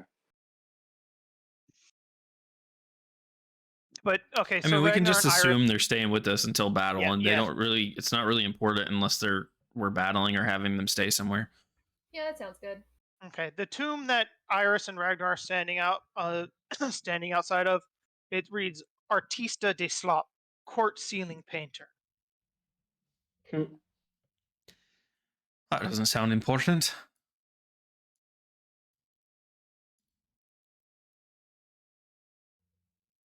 And we'll move on, I guess. Unless we have a reason to open all of these. That doesn't sound important to Ragnar, so. And as we're walking, I will say, now, Ragnar, you know that I would never say that we should just steal from the dead for no reason, but maybe there might be something we can use down here. So do you want to open the doors? Not that door. I don't think we're gonna find anything in the painter's room, but if What? there's a knife. That's what he wants you to think. Or then I'm just maybe... gonna mark off everyone you've been to. Whoops. That was a terrible line. Maybe that's what Strahd wants us to think. You hide it in the least expected... I mean, we're not going to find a door that says, here's the power to kill Strahd. That would be stupid. Orden's just gonna stare at you for a minute, and then he's gonna run back here and check inside. Okay. Now I can... And Don't play mind games with Orden. He'll always lose. okay. The dome ceiling of this crypt is painted with an image of imps holding bouquets of colorful flowers. A skeleton draped in rags lies atop a marble slab in the center of the crypt. A wooden box is tucked under one bony hand. I'm going to very gently go into this room, looking out for traps. I will turn to Ragnar first. Check your steps first before you go in. Okay, I will. I've got my sun sword in one hand. I will take the other hand and grab a javelin and kind of just like put it out in front of me like a blind man walking stick and see if anything happens to catch on the stick. Make investigation or perception check. Traps.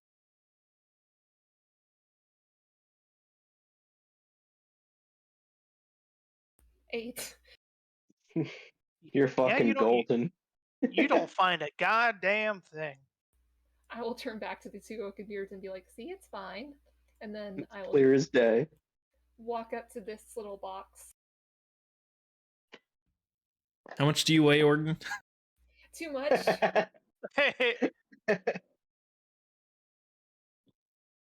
And you're opening. Are you like? What are you doing to the box? I will take it out here. I will put it on the ground, and then I will attempt to open it with my javelin. I'm Okay. gonna smash it with a hammer. If you open the box is unlocked. It opens very easily. What's in it? It contains several wood-handled paintbrushes and 7 small gourds of dried up paint. This is the crypt of a painter. As you can tell by the crypt itself. I will turn to Ragnar and just stare at him. Ragnar's already at the other door. It's like, oh, good job. You found the paint. Well, if any other character wants to search any specific door, we'll go in one by one. We'll go to the Oakenbeards again for this one. The plaque on the outside of this crypt reads, "Lady Isolde Yunk, Isolde the Incredible, purveyor of antiques and imports." That don't sound too bad.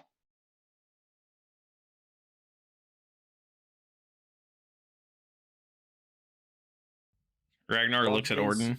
Behind this portcullis.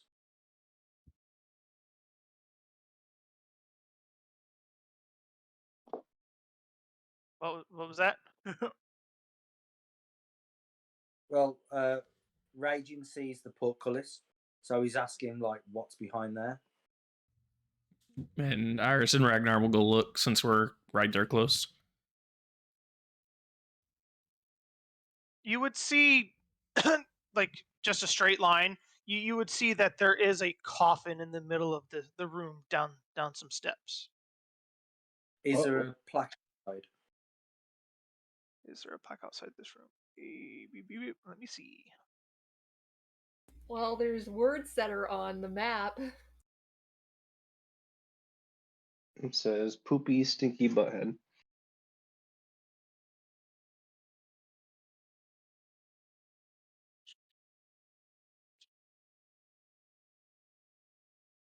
Oh shit, guys. Yeah, did you zoom in? It says the words. Yeah. It It has doesn't say the the words, words. though. It does not say the words. It says the words Yeah. that I can see. No, read it closely. I- You're seeing the wrong words. Look, it's blurry. I'm reading it the best I can. My brain's filling in the Well, yeah. blanks. It's It the says- wrong Von Zarovich. All I see is Von Zarovich, and it starts with an S. Yeah, it's Sergey Cheating. is the guy's name. But no, there is no plaque on the outside of the hallway. My wyvern can check it out. I know we can't see. Like I know we can see it on the map, but that's probably too far away for us to see as characters, right? Mm-hmm. You'd see the coffin, but obviously you wouldn't see the writing. Yeah, it's a land full of vampires. There's a coffin in there. Is that what we're looking for? Well, we need to destroy the coffin. How do we open this? Wait, can we go past the portcullis? You could try lifting it up. I will try lifting it up. Make a In strength the check. meantime, Iris and Ragnar are gonna start looking along the wall to see if they see anything to raise it. He would call out to Caraxus. Caraxus, here. You get the feeling, Orden, that no matter how much you try, Orden will never be able to lift this portcullis. You're not strong enough. How thick is it? It's like, how much space is in between these little guys? Boy, thick. Not enough for you to squeeze through? I know not enough for me. I was Enough thinking something for- small, like No, they're probably like for just a second. I feel like Four, this can squeeze through there. Or a wyvern. 4. They're really just like they're like a foot apart, a foot each. There's a foot gap in between each. You don't understand how malnourished Caraxus is. He could definitely squeeze through there. This one you could not squeeze through. What about his Have little you- friend have- that starts with a P and ends with a wyvern? What about his pee? His wyvern. How tiny is the wyvern? Oh, tiny. Like it could get. Yeah, it could get in there. It's probably like the size of a cat. Yeah, like a small cat. Like you guys could. None of you I could guess fit like a in, cat. but the wyvern would be able to fly through. And he's waiting for the wyvern to kind of make his way over there, and he's like, just give him a second. He was on the other side.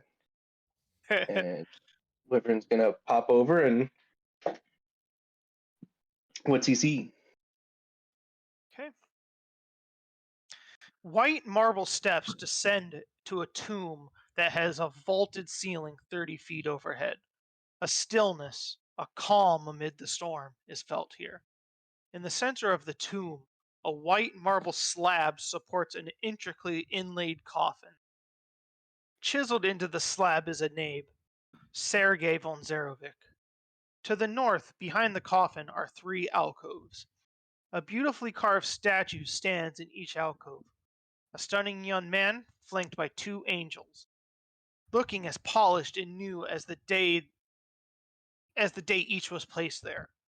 An iron lever protrudes from the south wall, west of the tomb's entrance. Are you relaying all this, Caraxus? Yes, there's Yeah, a lever right there. yeah. He'd say, white marble stairs descend into a large room. And I really tried to remember that, Derek, but I couldn't. Would you describe it as a calm before the storm? Does anyone? Yeah, it feels like it's calm before the storm.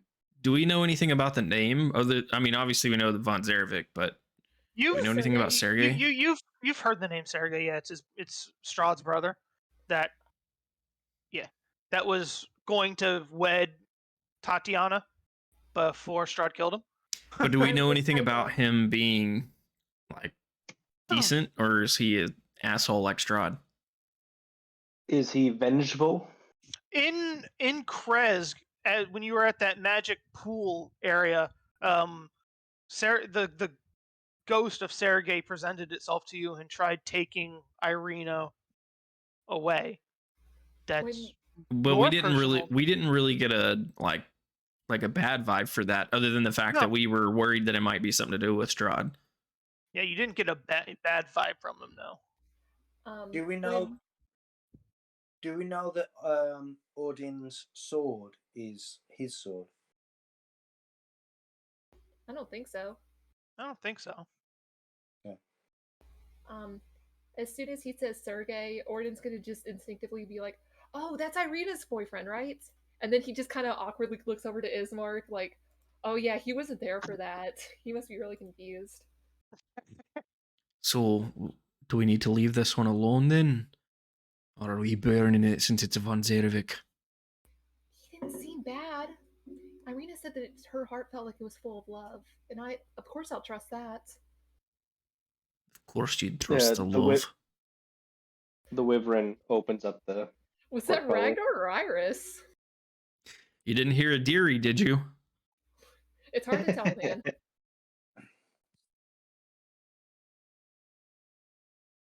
Can the wyvern pull the lever? I feel like he's trying really hard to just like put his body weight into it.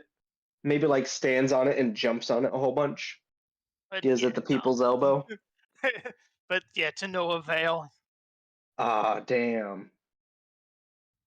Maybe you could use a string.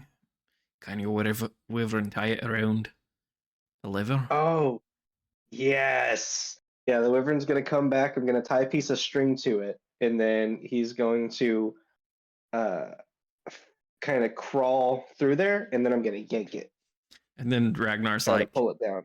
after all that, Ragnar goes, you know, if it's got to go down, you probably need some leverage. This is not going to work. Exactly. Because you're yanking it towards you. You're not yanking it down. Well, why doesn't the wyvern yank it? If the wyvern The couldn't pull wyvern the couldn't lever, push it down in the first place. You're not going to be able to pull the string. Do we find any? I mean, do we find anything else along the walls to try to bring it down?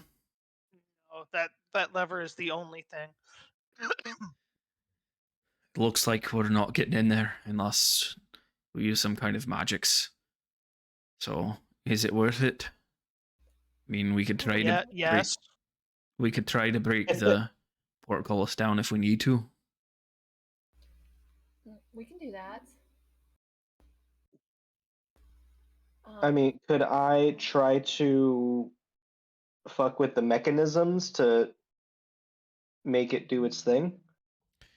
You know, we could really use a druid that could like wild shape into a mouse or something and go in there, and then back into a person and then pull the lever.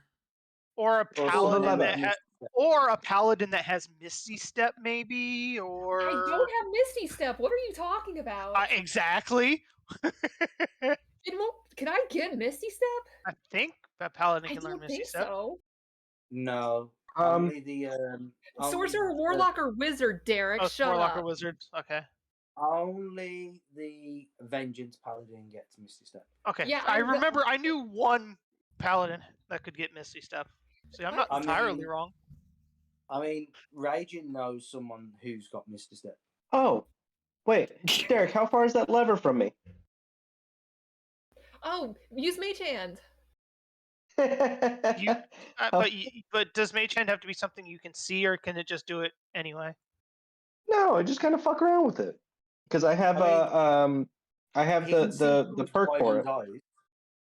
He can see Oh, from his true. Like it's within 20 feet of the entrance. Yeah, and I have a Mage Hand Ledgerman, so I can like fuck with objects with my Mage Hand while I'm as a bonus action. So like even if I'm doing some other shit. The hell are you? Scott Dog said he would. TPK.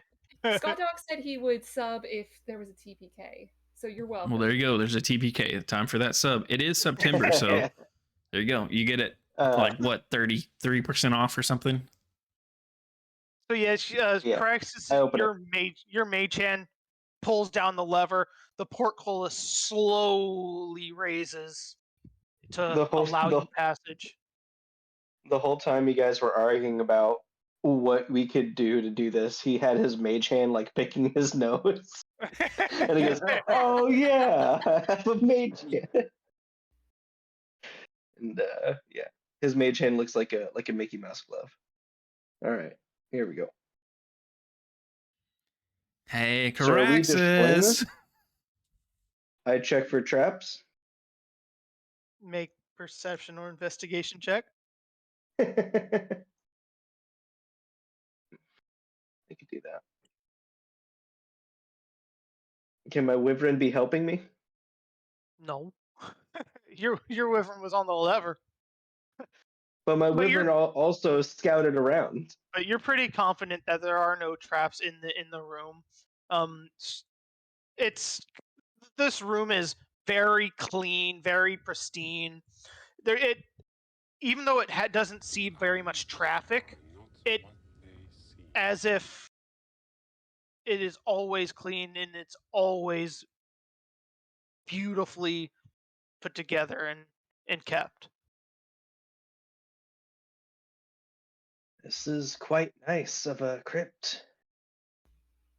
I'm going to walk over to Sergei's casket and I will pray for his spirit to keep Irina safe right now.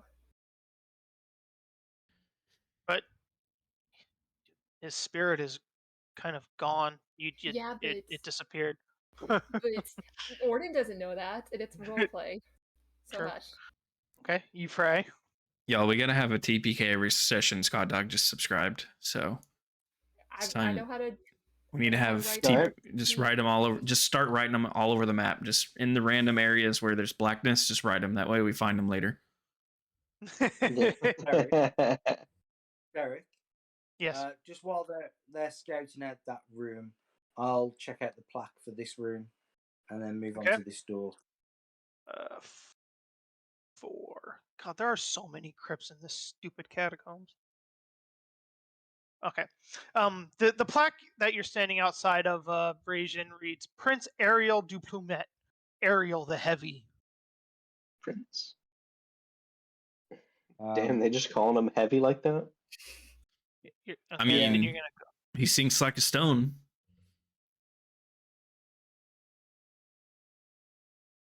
Okay.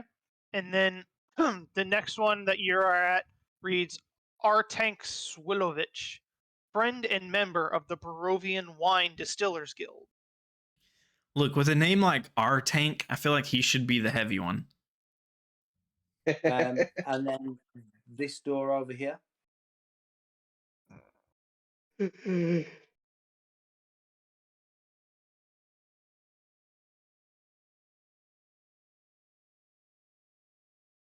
I have to open up the DMG. Shit. I have to look up a specific trap.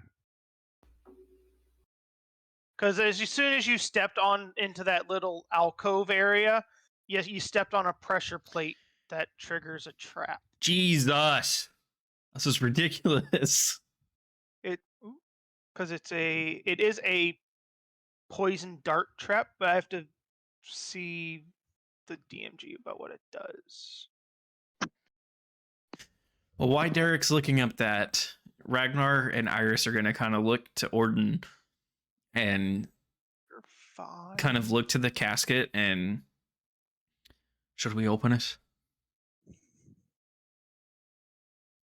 He's gonna think for a second and then nod. And he says, maybe Sergei had something that could help us.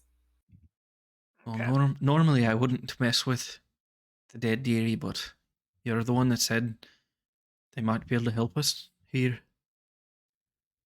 I see that my brother and I might be the ones to try to do it, as we're kind of, the religious ones. Does a 23 hit region? It does. Okay. It takes 1d4 piercing damage. And then make a con saving throw for me. Hey Ray, will you roll an insight check while they're at some point when they're doing that too? Of course. Okay, you're good. Okay, you Oh. take 4 piercing damage. That is a dirty 20, sir. And then you take half of this. And then you take 7 poison damage. Yep. Mm-hmm. As you trigger a poison dart trap. And then we'll open up that, or I'll read you to that crypt that you triggered the trap to, and then we'll go back to the others. Yep. Okay, 6. The plaque on the outside of this one reads Saint Markovia, dead for all time. Okay. And then we'll go back to the party in Sergei's tomb.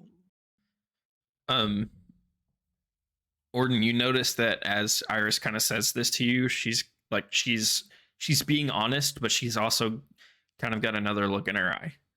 You might not be sure what it is, but it's more than just the fact. She wants to open this more than just for the fact that they're the religious ones. Orden definitely notices that, but he decides that he's going to trust Iris. And so he just gives her like kind of a knowing nod.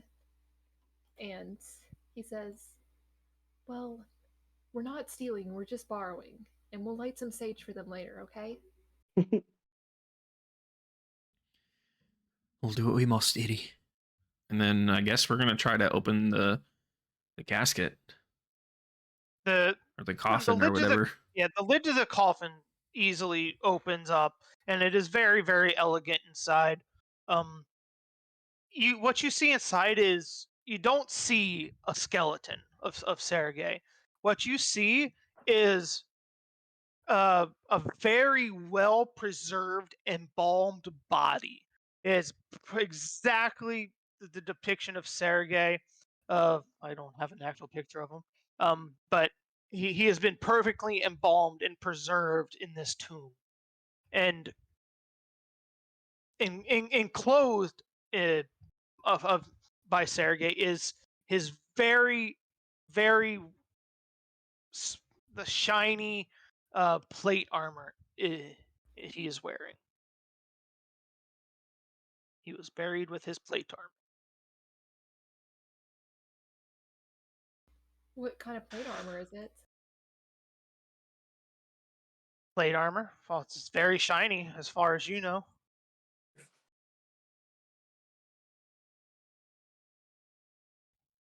I'm assuming it's not dwarven plate, so the two Oakenbeards are looking to Orden at this point. Well, I'm pretty tall. Will it even fit me? Yeah, it's just like a tube top plate armor. It's a belly shirt plate armor. Am I gonna be midget bearing? Hey, it had to start somewhere. We don't know what year it started, so. Derek, could I possibly put it on? You can, but I believe doesn't taking off armor take 10 minutes and then putting on armor take another 10 minutes. There is a time restraint in the book about it. I remember this. Are we pressed for time? Oh, it's up to you. Well, I mean, if we want to do that, Orden could do that, and everyone else could kind of look around, and we could go ahead and take our break real quick. What does Orden have now? He's got chainmail. What kind of? Oh my god! Geez, yeah. A chainmail's 16. Okay, we'll take our break. Wait, what is this? That's 18. It also might not take you that long to take off Thing chainmail. is, taking off the chainmail, it's medium armor, will only take you 10 minutes. Putting on the plate armor is gonna take 10. Yes. You just said that Realistically, twice. you would need some help. You literally said you said that like it was different. Chainmail's gonna only take you 10, and plate armor's gonna take you 10 minutes. Chainmail's 5. Wait. Putting it on is 10. Do I have proficiency in I must, heavy right? armor? I must, right? Yeah, as a paladin. Yes, I do. Yes, I do. Well, Yeah, the get that thing is, shit on. this isn't just plate armor. It's a +2 plate armor, so it's automatically a 20 AC. Hell yes, Orden's putting that on right now. The Oakenbeards will hold Orden down and put it on if they have to. At least take me up whatever help you need. So you will have a 22 to your AC with your shield. About God. That's why you kept getting your ass kicked. Mm-hmm. I'm sure it won't take as long if everyone's helping her take stuff off and put it on. Guys, don't strip me. I'm fine. I feel like you can take your chainmail off yourself, but yes, the Oakenbeards will probably, especially since the Oakenbeards, like their whole family craft is, are craftsmen and stuff. They follow Morden and they're smiths, so they probably have immense respect for this armor. So they may even have you kind of stand still as they work around and strap this armor onto you as best they can. Yeah, guys, it's like so made. It's like almost like a ceremony on this armor. Guys, we're gonna go fight Strahd, and I'm gonna walk in wearing the armor of his dead brother, holding the sword of his dead brother. He's gonna hate me. Maybe this will give us an advantage. My AC is 18 with my shield. So, what will it be with this? 22. So it would be 22. That's sick. That's where you should be. Yeah. No. Well, kidding, if you have your sword out, it's like a 24, right? Because your sword's a +4 to defense. Obviously. It's like a 26 total or something. I hate you. Out of curiosity, can I give my chainmail to someone else? It's like a skirt to the Oakenbeards. Well, yeah, but like. I don't think anybody needs it. What about Ismark and Van Richten? Do they need it? Van Richten doesn't. me see about this, Marc. This Marc could probably use it. What are they wearing?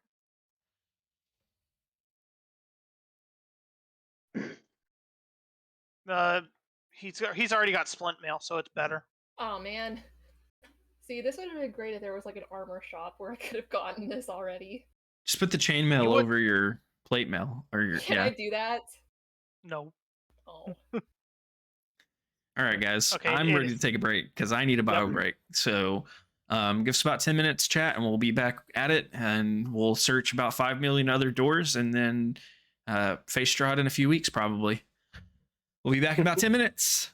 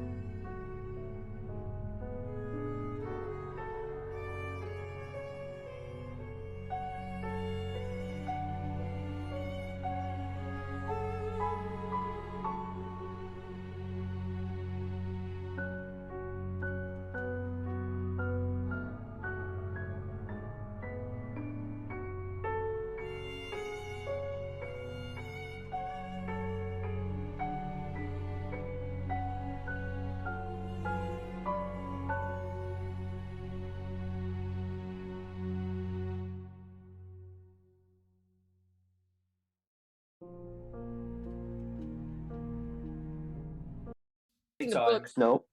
speaking of book, use promo code Dimension to get 25% off of your manga purchase at bookwalker.com. Hashtag not a sponsor. All right, So we've guys, gotten we're back. Orden into some beefy plate mail. Now Orden can actually be a frontliner instead of just a squishy boy. That's gonna change your fucking life. He's just like all frazzled and embarrassed from everyone just touching him way too much. Yeah, Corexus left that situation. He came out here and looked at Ismark and Randall. What's his guy's name again? Richthofen? Richten. Van Richten. Van Richten. Yeah, he comes out there and he goes, "You might want to stay back for a little bit," and he's gonna look over to Rajin. Why is everyone assuming that even Ray assuming that Orden is just raw dogging it underneath the chainmail? I imagine there's at least like a tunic or something under there. That would be so uncomfortable. He is, but you have to understand, like, you are just like grabbing his armor. You follow the goddess of love. I feel like this is not a problem at all. The goddess of love, not the goddess of lust. It's gonna take some time to do all this, so I'm imagining that Rajin and all of them have a little bit of time to kind of explore, unless they're just waiting outside the room. Yeah, Nathan said he wanted to send his wyvern over to this room down here, so and Rajin we'll go just ahead walks and do over that. with like his bleeding stump of an arm. Corexus would also say, "There's another portcullis down at the other end of the catacombs. I'm not sure if it may have something else useful, like Orden's new plate, but it may be worth a look." Does that say Big Boy Von Zervik? That's what it looks like, being all blurred out. Big boy. No, it doesn't. It doesn't. We'll get there. So Hey, yes, big boy. excuse me. Bless you. Your wyvern starts exploring this little room down here. Wide steps descend to a landing flanked by two alcoves. Within each alcove, taking up the full 30-foot height of the ceiling, are bronze statues of warriors holding spears. A soft blue curtain of light flows between the two alcoves. Dimly visible on the other side of the curtain are more descending stairs. Two things. One of those statues is definitely holding an axe, not a spear. Both of them. Two, I did. It's spears, though. Two, I hate to be a Kevin, but we did establish that Caraxus Wyvern cannot tell him what's going on if it's past, like, what, 100 feet?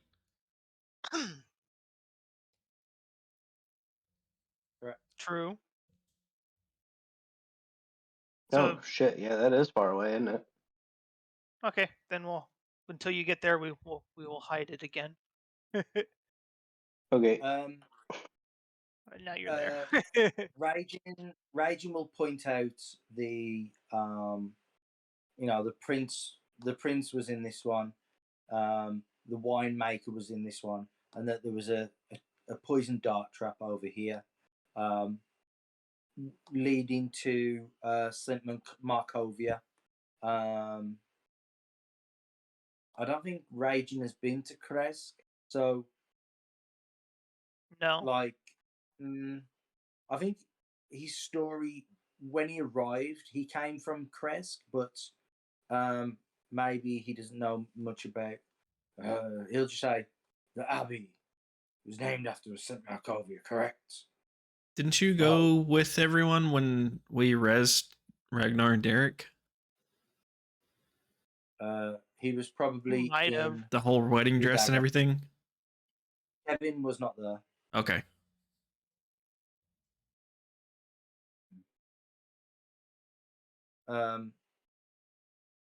Be careful of traps. He'll call out to Caraxus. Caraxus, continue to look for traps as you move. Okay. So Craxus is now close enough to his wyvern to where the wyvern he can communicate with him now, see through his eyes. As he sees the two alcoves with the bronze statues, 30-foot bronze statues on either side, with more stairs descending down. Yeah, the wyvern would go down and look at these coffins. This tomb rests in hushed silence. Tall stained glass windows dominate the eastern walls, allowing dim light to fall onto two coffins resting atop white marble slabs. The one against the north wall is marked King Barov von Zarevik, and the one against the south wall is marked Queen Ravenovia van Royen. The vaulted ceiling 30 feet overhead is inlaid with a beautiful gold mosaic.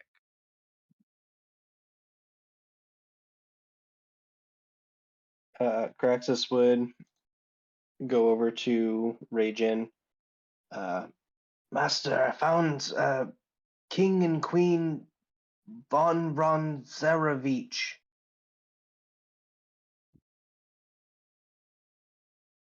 Their caskets are down here.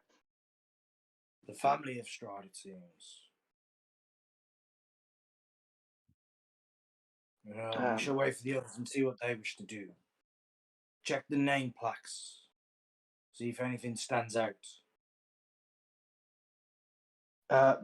Barry and Linda. What was his name again, Derek? Oh, the King Barov, which the country is named after, and then King Barov Queen Ravenovia, and which King the castle is Ravenovia. named after. Queen. Oh, that's really cool that the castle is named after her. And the land he.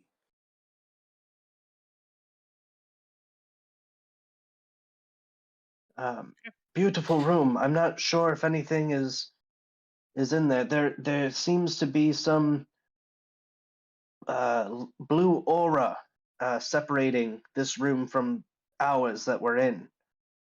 I've had enough of statues. Yes, two terrible statues. There's another portcullis at the other side of the room. Would you like me to go check? Not yet.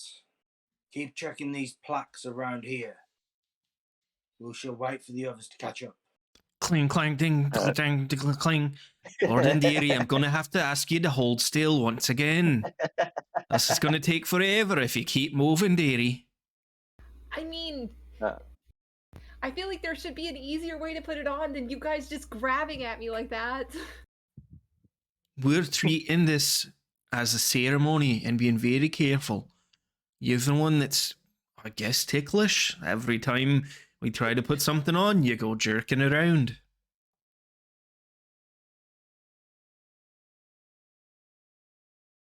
Look, maybe we could just let me put it on. I feel like I can take care of dressing myself. Let you put on smithing such as this when there's two oaken beards around. Okay, you guys can put it on if it's going to offend you. I'm more afraid of offending Moradin. And he's he does his best to sit still, but he keeps just twitching a little bit, and he is very clearly just blushing as these two are just grabbing at him. And we'll go back to Rajin. Rajin, you're checking doors, I assume. Just checking plaques. I'm not trying to open any. Well, yeah. Okay. I'm being careful of any more traps. What is that? This plaque that you're standing outside of now, it reads Sir Leonid Krushkin, Sir Lee the Crusher. Bigger than life, he loved his jewelry. I pity the fool. Yeah. And then that one. Tasha Petrovna, healer of kings, light unto the west, servant, companion. Oh, Petrovna. I like that. Checking out this one.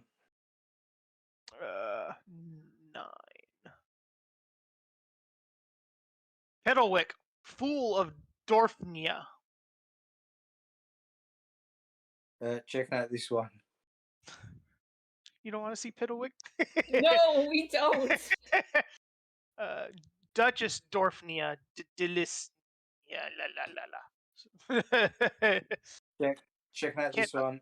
That's Piddlewig's mother. Probably 7. It's a family name, the la la la.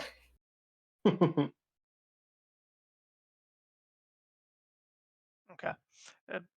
As you start turning the corner from that one, from the one you just came from, you see, as you look towards this door, the stone door of this crypt lies on the floor, its inscription obscured by fog.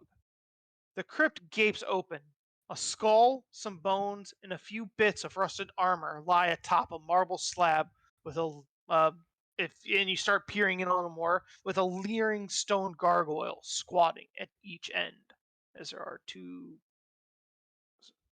gargoyles in that room. They don't notice you just yet. They didn't notice me blasting cone of cold everywhere. God forbid No, them hearing the Oakenbeards drop armor. Clink, clunk, clink, clink.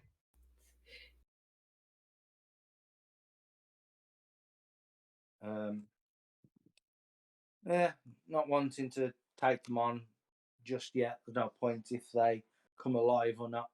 What sort of armor is it that I can see?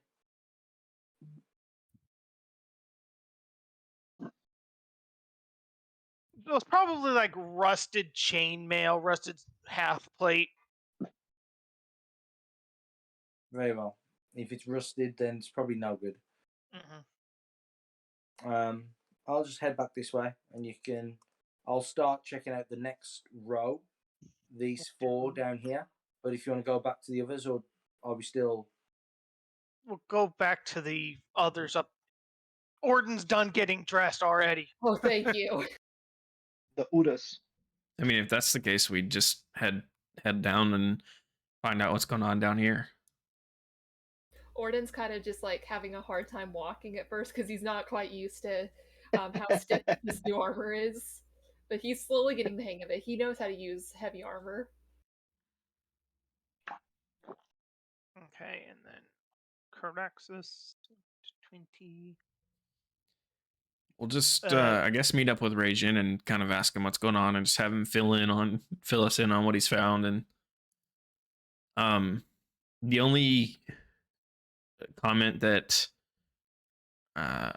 Iris might have would be, do we think that it might be prudent to check in the healers room? After all, we found paint supplies in the painter's room.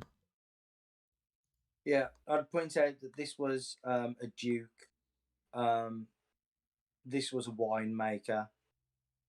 Did we find all the gems, by the way? Yes. And then Markovia's was over here with a poison trap.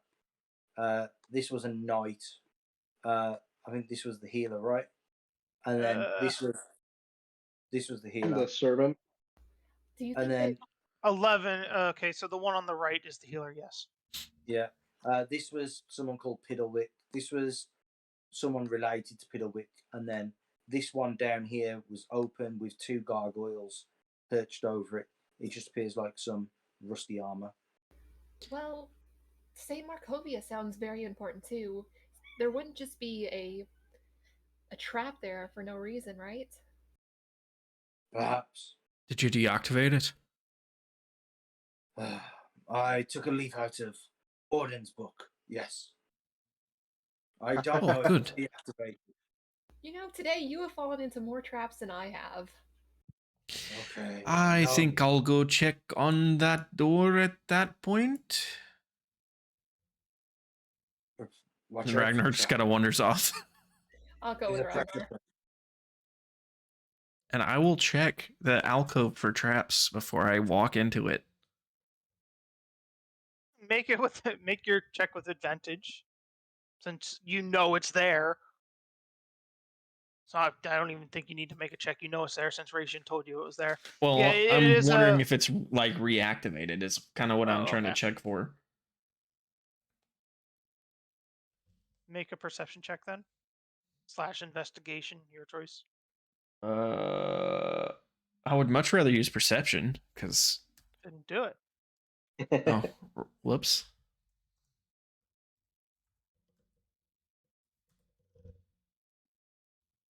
Good thing I have advantage. Because apparently I can roll nat 20s with the door. That was your first roll of the night. That was 11. You know that. Go ahead.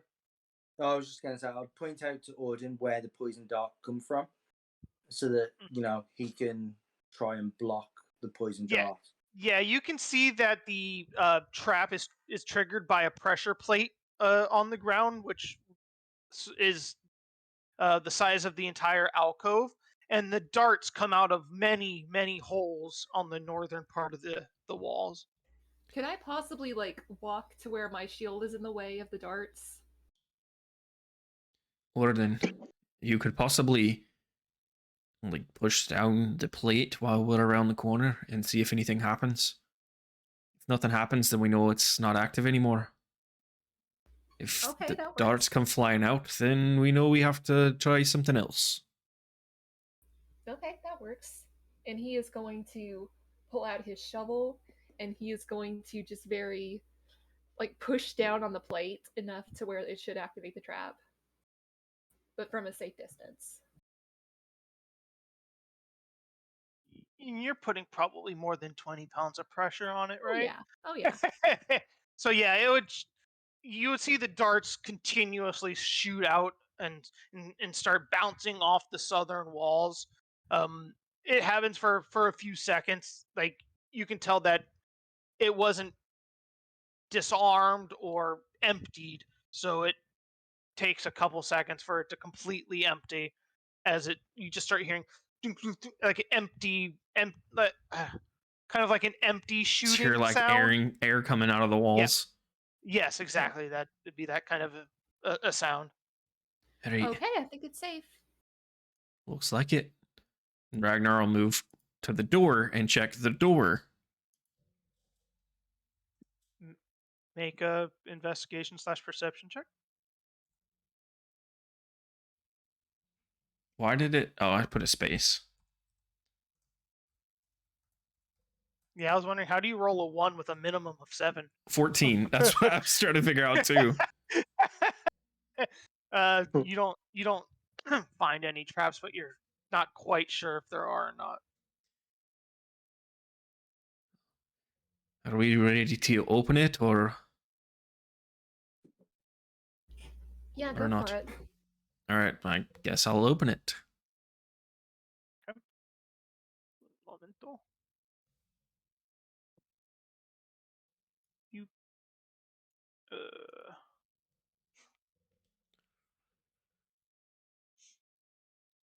This crypt smells of roses. The remains atop its marble slab have disintegrated, except for one thigh bone. Is it a big thigh?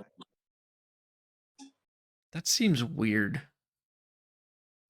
Does that seem weird to anybody else? That's weird. Yeah, it's got to be important. We should take it. That also seems weird. To take a thigh bone? I mean, unless it's got some chicken attached to it, it seems weird. Do you know it doesn't have chicken attached to it? A saint's thigh bone? It might. Maybe the saint was a chicken. Can I? It seems to have some heft to it. Perhaps you could just use it as a club. I'm not that kind of dwarf anymore, but thanks for assuming that I'd just be willing to use anything as a weapon. Well, maybe. And Ragnar says this with a smile on his face. It almost sounds like he's going to be insulted at first, but he has just this big smile and a gleam in his eye, kind of a pep in his step. Well, you don't know, Ragnar. Maybe this will help you get your barbarian powers back. If you started acting. He rushes in there, grabs it. Like before Orden's even done saying the words. Okay. You're now cursed. No, not yet. Not yet. A ghostly form appears above the dusted remains, so faint that you can barely discern more than part of a face. From this apparition comes the faintest of whispers. The vampire Before it says anything, Ragnar's like, "It's working! It's working! I can see him!" The vampire... Shut up. The vampire must be destroyed. Use me as your weapon. With that, it fades away.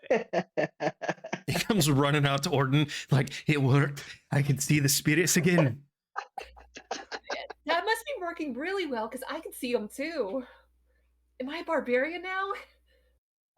You didn't even touch the bone. Maybe your power is just that great. Yes, I can defeat Strahd. Where is he? Where is he at? Did you say there was gargoyles to fight?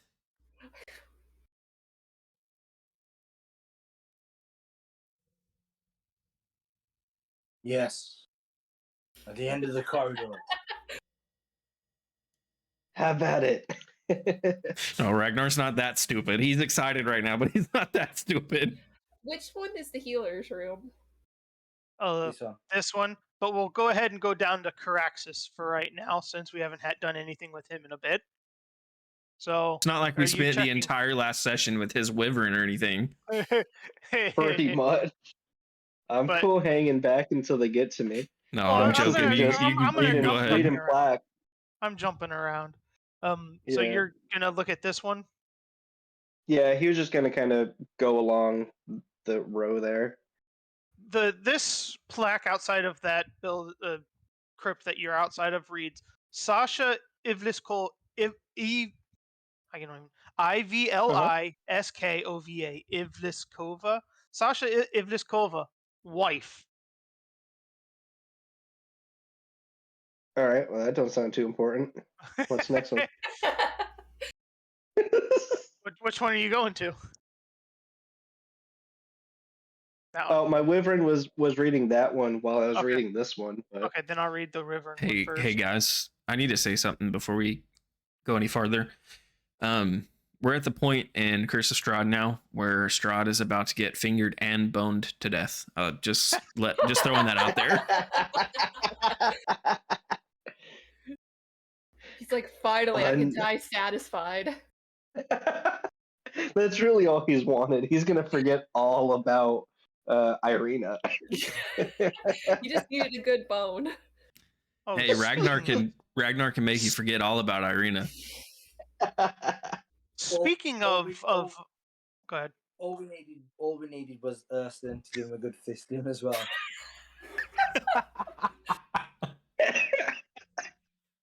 But speaking of Irina, that may have already happened since Erston was working for him for a while. The stone door of this crypt has been carefully laid to one side. Through the swirly mist of the perpetual fog, freshly engraved letters spell out the words Irina Kolyana, wife. Don't tell Orden that at all. Why don't tell Orden?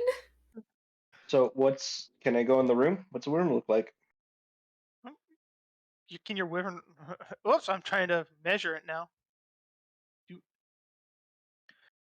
Yes. The crypt is empty and has been swept clean. Oh, that's a lame room. What's this one? Well, it's prepared for Irina. Like, after Strahd gets her. This one reads Artemis. Artemis, builder of the keep. Thou standest amidst the monument to his life. Builder of the keep? Yep. Huh. That's neat. I was just going to go down there. Have we looked at these two here? This row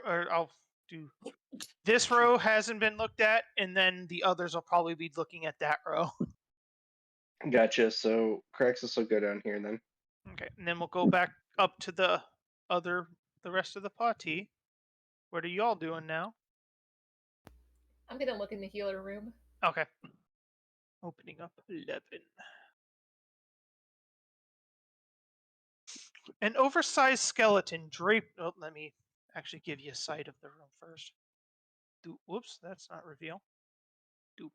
Wow, I'm so glad I can see this room now. A skeleton wearing tattered priestly vestments lies atop a marble slab in the center of the crypt. The domed ceiling overhead is painted with a glorious sun mural. Is there anything in this room that I can tell? Are you're actively looking? Yeah. Draped around the neck of the skeleton is a sun-shaped holy symbol. Okay. I will very gently go up and remove that. Okay. You are good aligned, correct? Yeah. uh, Well, For now. you normal. hear a whisper in your a ghostly female voice in your ear. There is a grave to the west with roses that never die, in a place built by healers in a village called Kresk. When all turns to darkness, touch this holy symbol to the grave to summon the light and a treasure long lost. Are you kidding? Damn it! Well, That's the one that Larenthar found forever ago. Yup. Oh, cool. Too Glad bad we're we going didn't back there. find this room for like 15 sessions ago. More like 30 sessions ago. I will walk out and realizing that we're probably never going back to Krez, be very sad. But I will walk up to Iris and offer her this holy symbol because it's very pretty and I think she might like it. Don't you think you should keep it, dearie? It kind of goes with your sword. Well, yeah, but and he kind of just like blushes and he's like, I don't know, it suits you. It's very beautiful. What kind But of neither power of does you it worship have? this god. What's that? What kind of power does it have, dearie? Oh, well, there was a voice that said that it would unlock some amazing treasure back in Kresk. Are you sure you want to give it to me? Of course. I trust you, Iris. She kind of snatches it out of your hand and puts it on real quick.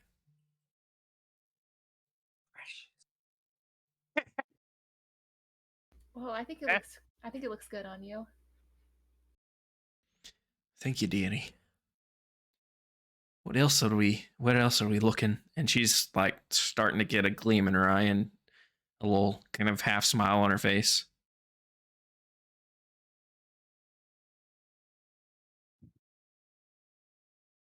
Which one are you going to next? Us, what's this Yep. one down here? Okay, well, we'll have, I assume, Rajin will check this one. I'm not walking into the alcove. Oh, okay. You're learning. Yeah, I'm going to check for traps. Okay, go ahead. I'm not very perceptive though, so you know what? I'm not going to check for traps because I don't trust myself. So I'll call Ragnar over. Ragnar, you have keener eyes than me. What do you see? I thought you were inviting Ragnar over because he's resistant to poison. Ragnar's like Yes. strutting over there, like with his shoulders high and his head kind of back a little bit, carrying this bone around. With a thigh bone. I love how different Ragnar and Iris are right now. Bro, Iris just wants the power. Ragnar just wants his barbarian abilities back because he's been useless since he lost to him. They both want power. 22.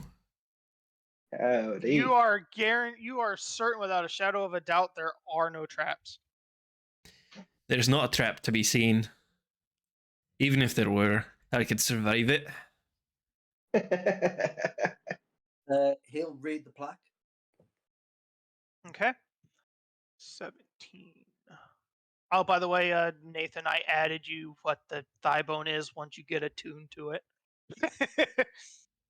In Discord?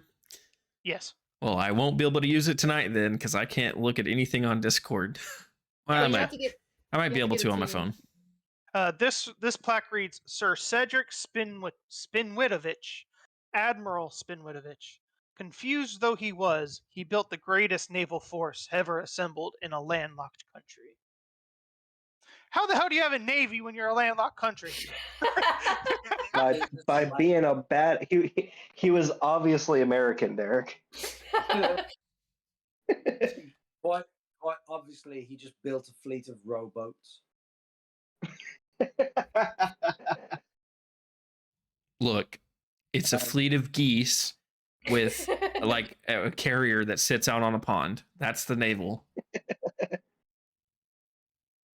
Where's the one for the Duke? I feel like, didn't you say there was a Duke and a knight? Somewhere. Oh yeah, the knight's like. Yeah, this is the knight. This is the Duke.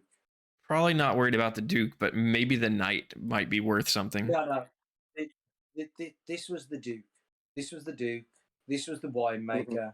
This is the knight. This is Piddlewick. Yep. This is Piddlewick's mom. This one I didn't look at. Somebody else looked at that one. That was. What was that? If you want me to go back, if you're wanting one specifically, I can tell you which one. Go back, find out which one it is, and you can go to it. Probably the knight. I think we looked at the one up there, and I don't think it was important. No. Okay, let me find 10. Maybe the knight.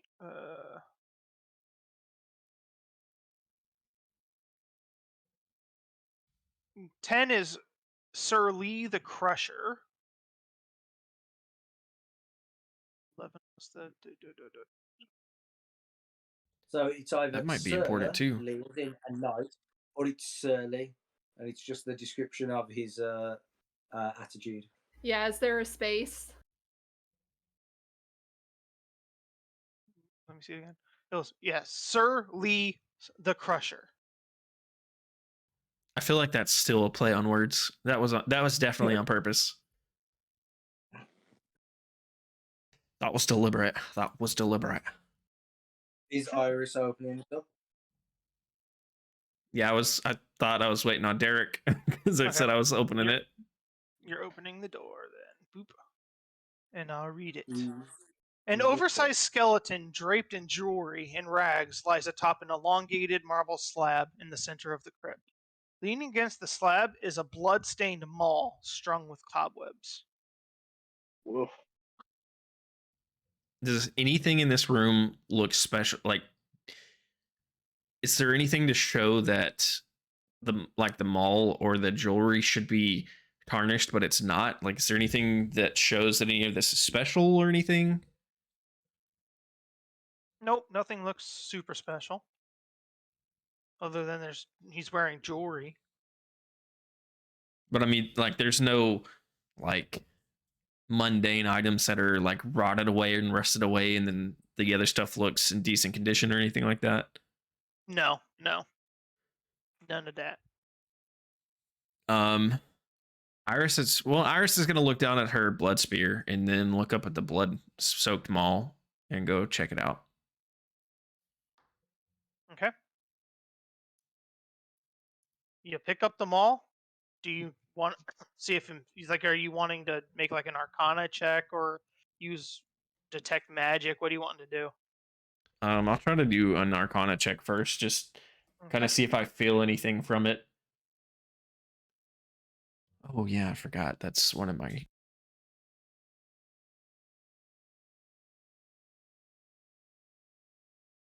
You're very perplexed about this maul. You don't sense anything magical coming off of it, but just the bloody aesthetic about it just kind of intrigued you. The same thing that brought you in. I think Iris is gonna carry it out and kind of present it to everyone else. Does this seem important?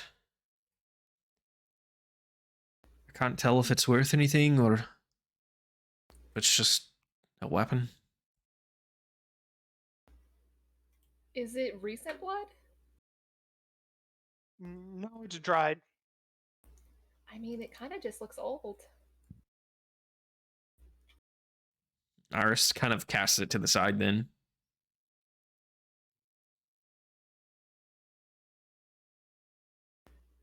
Can I look at the one that's Okay, right here? 16. Elsa Falona von Twitterberg, beloved actor. She had many followers. Get out of town. Does it really say that? I will. Yes, Elsa von Twitterberg. She had many followers. That's great. I'm convinced now that Sir Lee is was definitely. I love that. Well, what's weird about the Sir Lee one is that everyone else here is obviously like Eastern European or Russian, and then you got a Lee in here. Yeah. Probably a sponsor or something like that. Okay, and then, oh, yeah, maybe. We'll check. This one there. Yep, or literally to be able to have the joke that Kevin made, Sir Lee. He was a Sir Lee crusher. This is one that Iris would 100% open in a heartbeat. Kazan, his word was power. Ooh. I got this. Are you like reading these out loud, Orden, or are you just looking at them? No, this was Rajin. Oh, well, I guess he's probably not. I mean, I would assume he's not. No, I think he would. I think he'd say, I believe this may be a wizard linked to the tower. Iris is would move on. Running up and opening the door.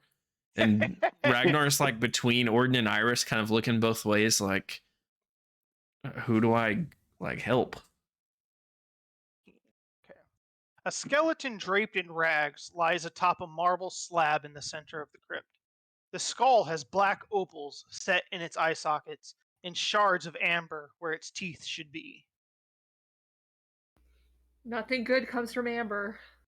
Oh, Iris, that's all that's in there? Yeah. Ask Johnny Depp that. You can if you're looking further in, you can let me know. But she's from opening the door. Oh, you're no, going in? she's looking all over this room.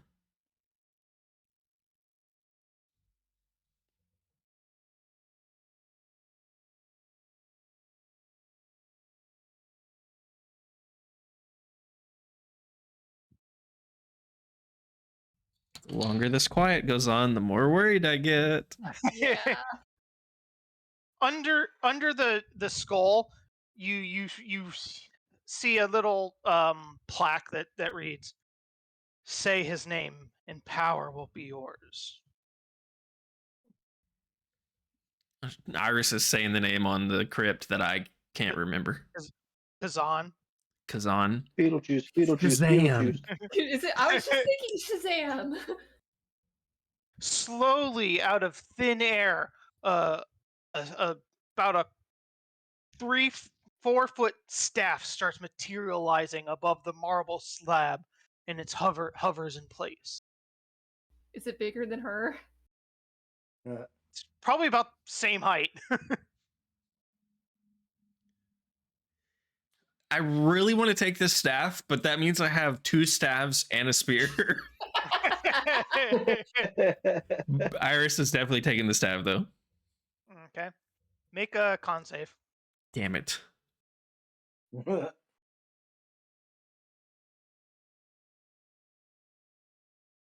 you're a dwarf. You should be good at that, right? Not when I'm rolling for my characters, Nate.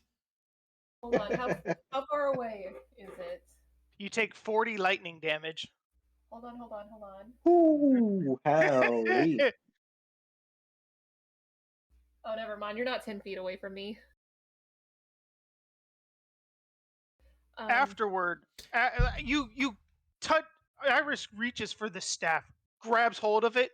Immediately, just a shock of lightning rushes through her body as she just feels the power erupt from this staff as she takes a shitload of lightning damage. You can just sense the power coming from the staff. This staff can be wielded as a quarterstaff. It grants a +2 to attack and damage rolls made with it. And while holding it, you have +2 to your AC, saving throws, and spell attack. Damn. This is literally the staff of power. Wow. Fuck The yeah, staff dude, that's has- perfect for Iris. The staff has Yeah. 20 charges for the following properties. The staff regains 2d8 plus 4 expended charges at dawn, blah, blah, blah, blah, blah. You can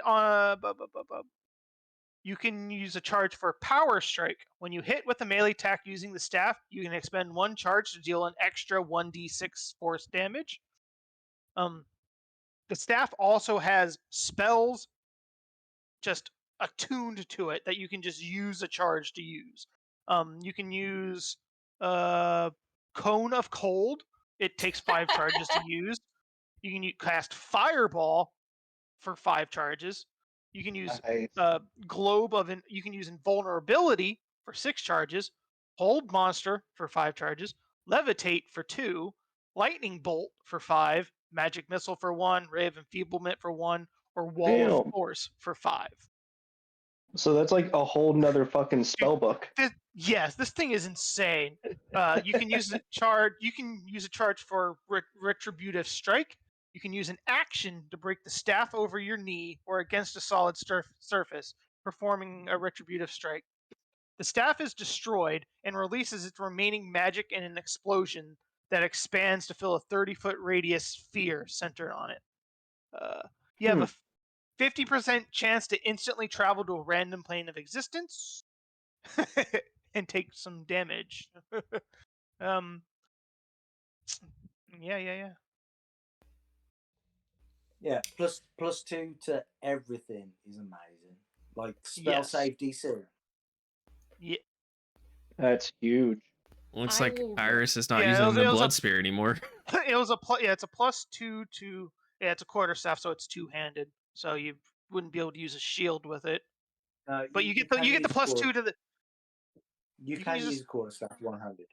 Oh shit! So Yeah, it's versatile. you get +2 to attack and damage rolls, +2 to AC, saving throws, and spell attack rolls.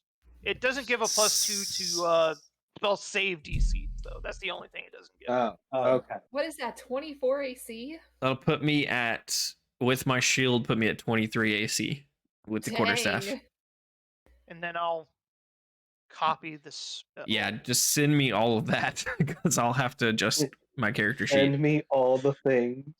As soon as I hear the lightning, I am just gonna book it around the corner. Orden has bad experiences with lightning, considering that killed his friends. And he's just gonna come around the corner like almost a cartoon character. Iris, are you okay? What happened? You'd probably, like, with the sound of the lightning, you'd probably hear a gasp from Iris and then just quiet as the lightning rolls through. And, kind of see that flash from that room and everything. And then I imagine, like, it's over in an instant. When you get around the corner, Iris is, like, on one knee, like, clutching this staff up a little bit. It's on the ground, but she's, like, ready to pull herself up, and she's got her head down. She's just breathing hard. I will get down to her level and just very gently give her a soft hug just to make sure she's still breathing and see if she's damaged. Oh yeah. And she's just like, there's just smoke coming off of Oliver. I don't know how Oliver got in here, but there's smoke coming off of him.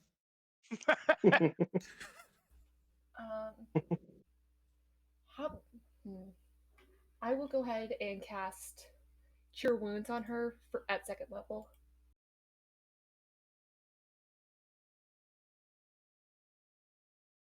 And Van Richten would too. For 3d8. 7 points of healing damage. Whoa, power gamer. Well, yeah, and then plus another 23. Okay, you know what, Van Richten? No one likes to show off.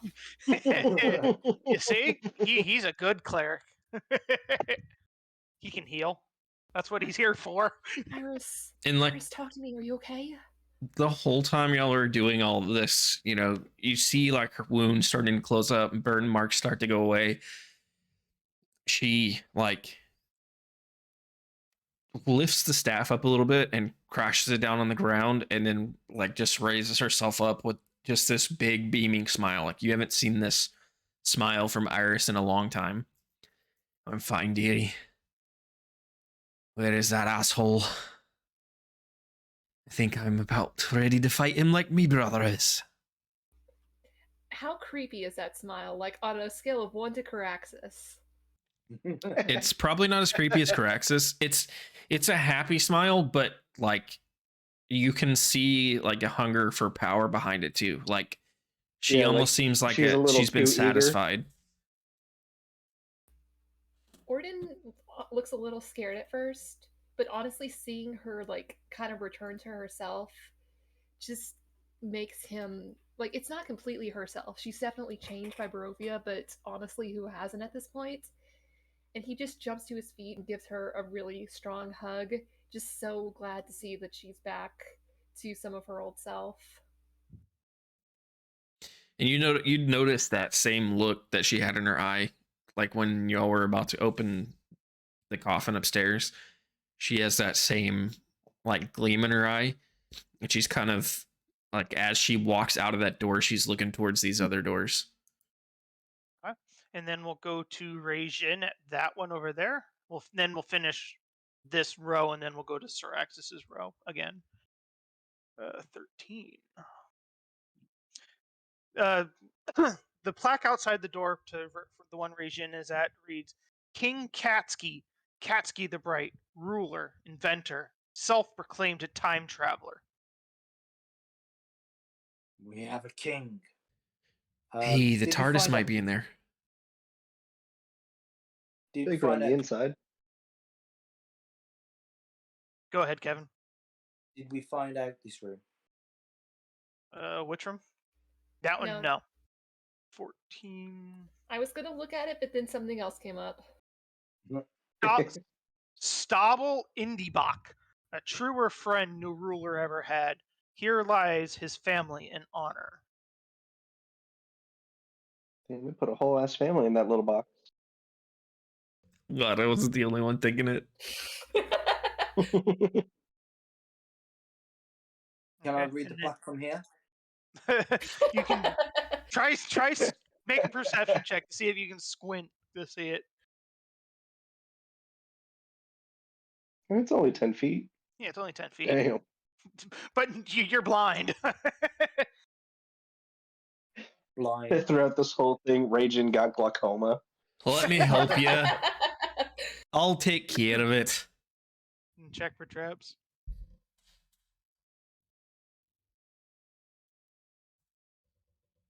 $21. You're certain no traps. I love this bone. Ragnar. And then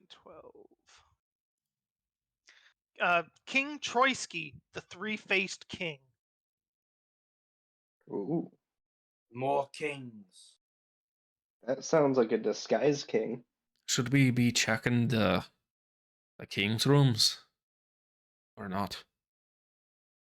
I'm not here for looting the dead. You may help yourself, though. Or perhaps your sister. And then we'll go It's down. not looting the dead, it's more for power. I guess he has enough power in his own. We'll go to Stupid dagger. We'll go to the pygmy wyvern one. We'll go from left to right. Yeah. Petrina Velikovna, bride. Oh wait, that's the one we were supposed to look for, right? Kind of too late for it I don't now. know. Yeah, you don't know. I mean, we could always release her and hope she gets out. She's dead, dude. I don't. You think don't she's know gonna that. get very far. You haven't opened the crypt yet. Well, her brother said her corpse is in Ravenloft. Can you go get it? Is her brother here? No. I can animate objects and it can go get it. I can animate objects and it can run home. Just keep running and running and running. Nathan, are women really objects to you? And then we'll go Dead to bodies. No, Dead Don't you bodies. start that. Dead We'll go- Don't you bodies. start that. We're not going there. We'll go back to Caraxes now. Sir Eric Vonderbucks. That's it? Yep. That sounds like the adventure of Monopoly in Barovia. And then the one the Wyvern has at again is okay. Okay. Give me 1 second. Oh, this one should be good.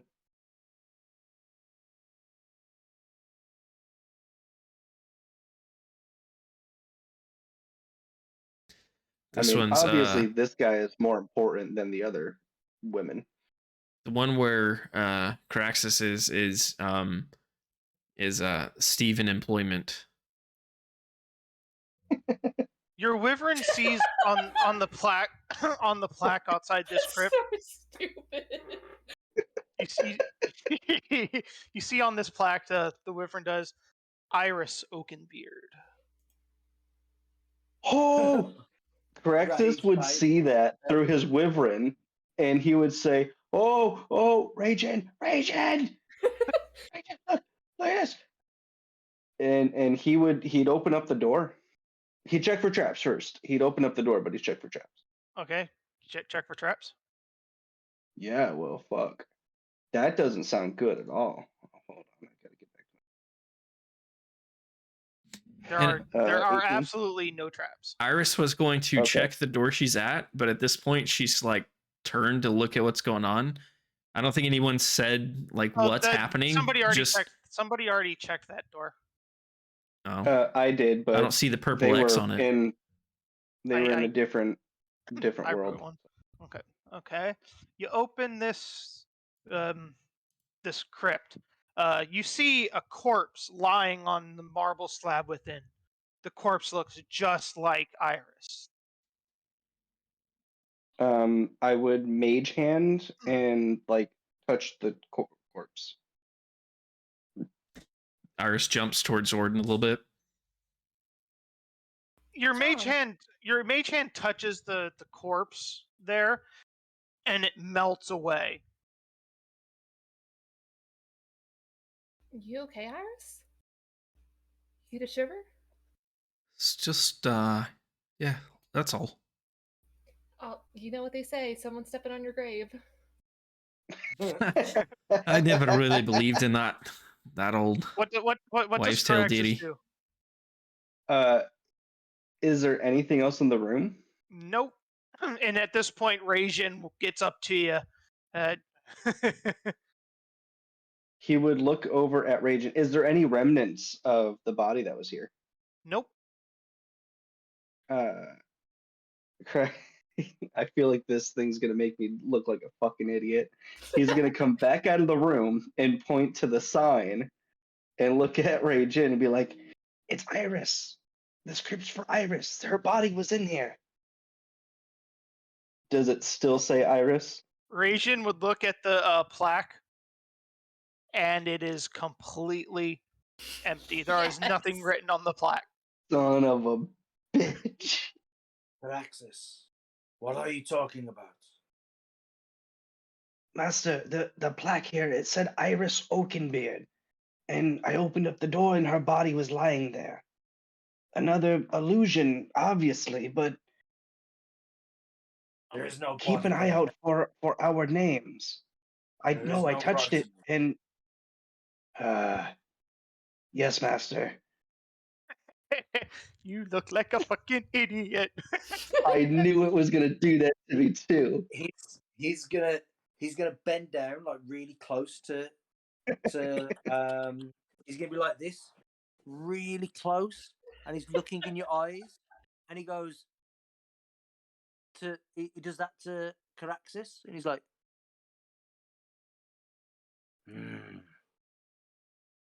you seem fine.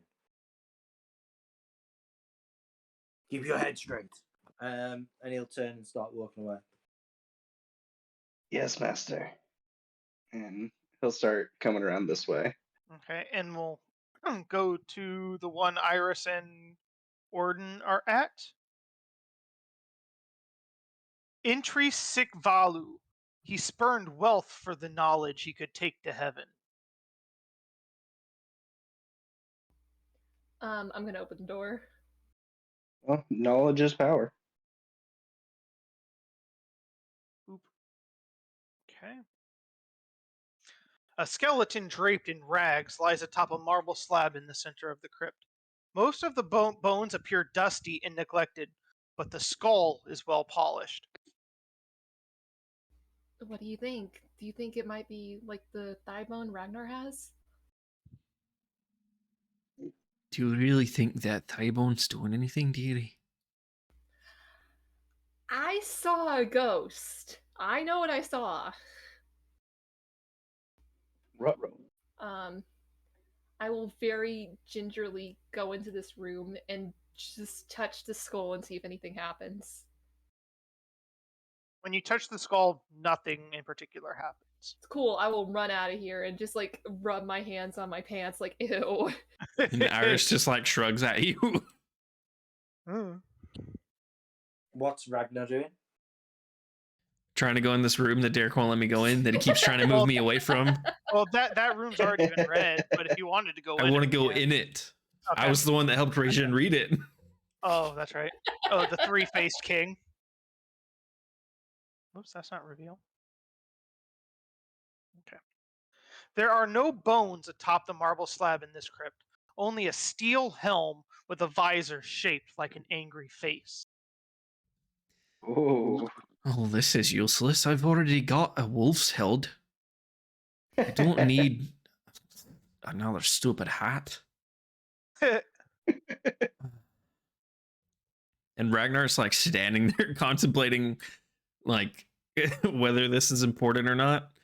And like, as you're looking at it more and more, just contemplating on whether you want to take it or not. You notice that the helmet here has 3 evenly spaced visors crafted to look like human faces. One sad, one happy, one angry. I want to roll an Arcana check and see if I can see if anything stands out to me about it. Okay. 14.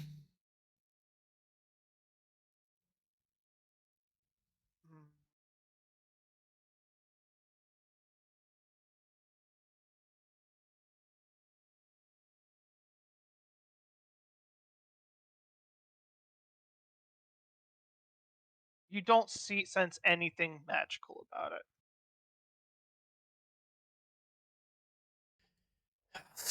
Bloody useless. I guess we'll head so much for the king having something that's worth anything.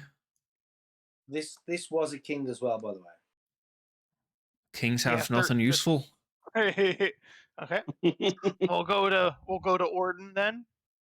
Ragnar is gonna come down here though and tell Orden what he found, but just kind of be like, it seems like it wasn't. It's an odd helmet, but they've already got a wolf's head. I don't need another one, but I don't know. How well preserved is your wolf head? Is it gonna start smelling after a few days? I mean, there's It no already telling is. there's no telling how long it was already in that building, but you know, And- Iris and I crafted stuff onto it, so it should be fine. Also, what if it has fleas? I haven't really thought about that until this moment. Well, then they can just live with the other ones that are on me already. Okay. It's times like this that I'm really glad that I don't have any hair. The plaque outside the crypt where Orden is reads Stefan Grigorovich, first counselor to King Barov von Zarevic. Alright, that doesn't sound too useful. I will, without checking traps, go over here and wait for my turn. Oh, luckily there are no traps there. And that's gonna be the one. I thought that was gonna be the one other one that had a trap on it. That'd be amazing. Ivan, Derek, you missed your chance. Yeah, Ivan Ivliskovich, champion of winter dog racing. The race may go to the swift, but vengeance is for the losers' relatives. What? Who the hell knows? That sounds toxic. It's a heck of a motto.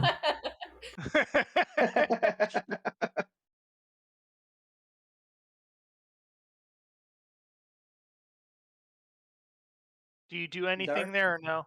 Yeah, I'm coming over to you. Baskel Offenheis, Chef Deluxe. That Is one that the one sounds where, like- good. That's the one for Rajin, Chef Deluxe. And then we'll go over to Rajin. Just nope, and walks Nope. over to the one with Iris. Which one is this one? G7. On second thought, this one has tokens in it. We should check it last. Yep, and this I'm not gonna be you meta. would, like before you walk in up to it, you would notice that this crypt has no doors. Oh, good. Is there a plaque on it though? And do we see anything in it from here? If you want to walk in front of it, then something will happen. But let's say you're we are. technically okay. Well, I mean, then do we roll hear initiative. anything like around the corners? Yes, you would. Roll initiative. There's Oh, three and a number of giant old night spiders. spiders. There's only 3. Yeah, if we can count this high. Giant spider. They're gonna die in one hit. Why is this even gonna happen? 3. Why the fuck are they here?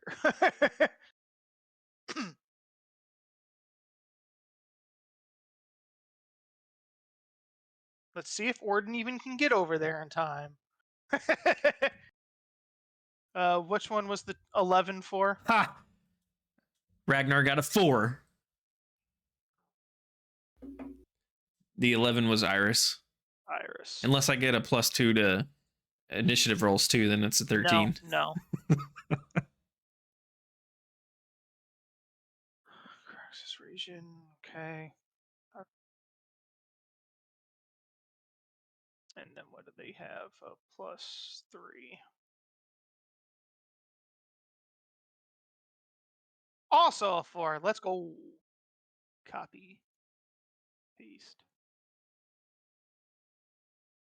This is going to be over in 2 seconds, but we've got to do.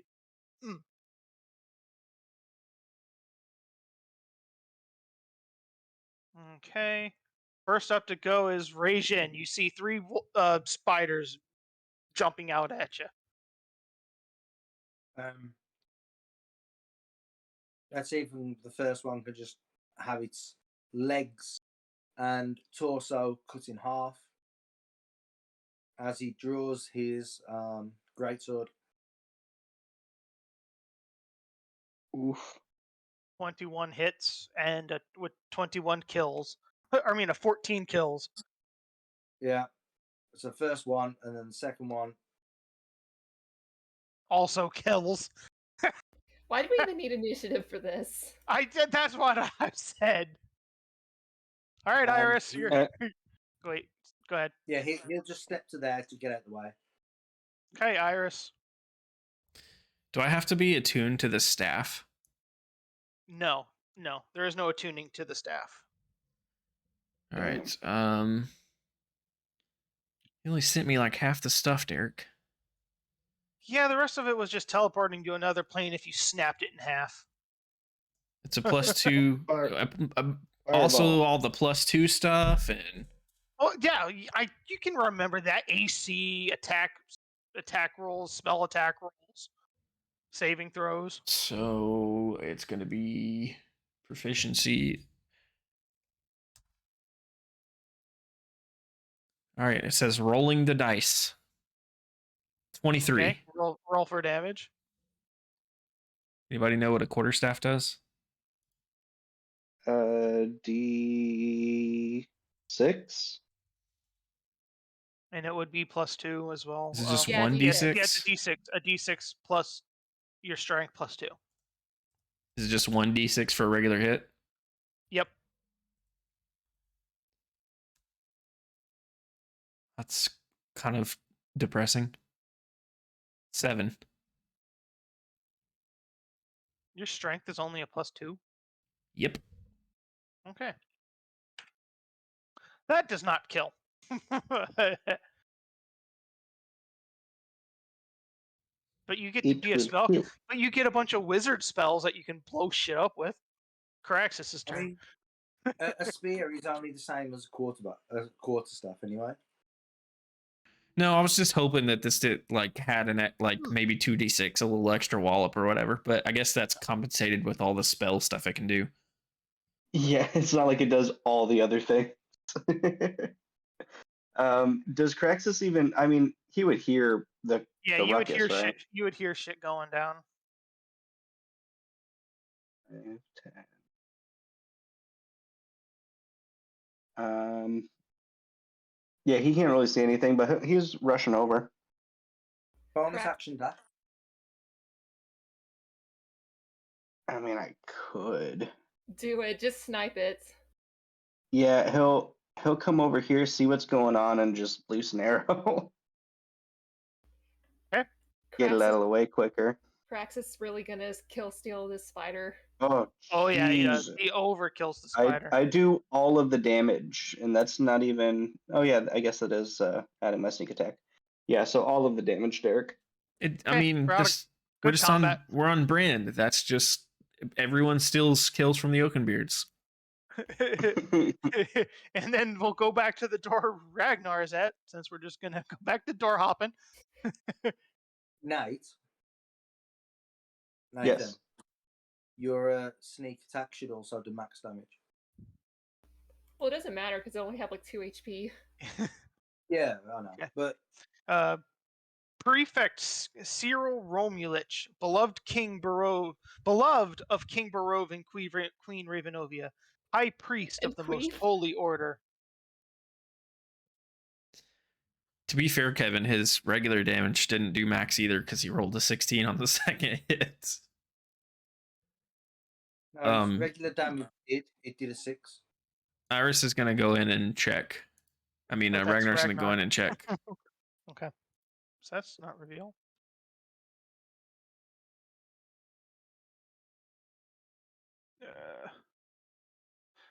A marble slab in the center of the crypt displays a skeleton draped in red vestments, a golden holy symbol clutched in one bony hand. The dome ceiling 15 feet above is painted to look like a canopy of trees with bright autumn leaves. A narrow stone ledge encircles the crypt 10 feet above the floor. Perched on it are dozens of stone ravens, their eyes fixed on the marble slab. Can I look at the holy symbol and see if I recognize it?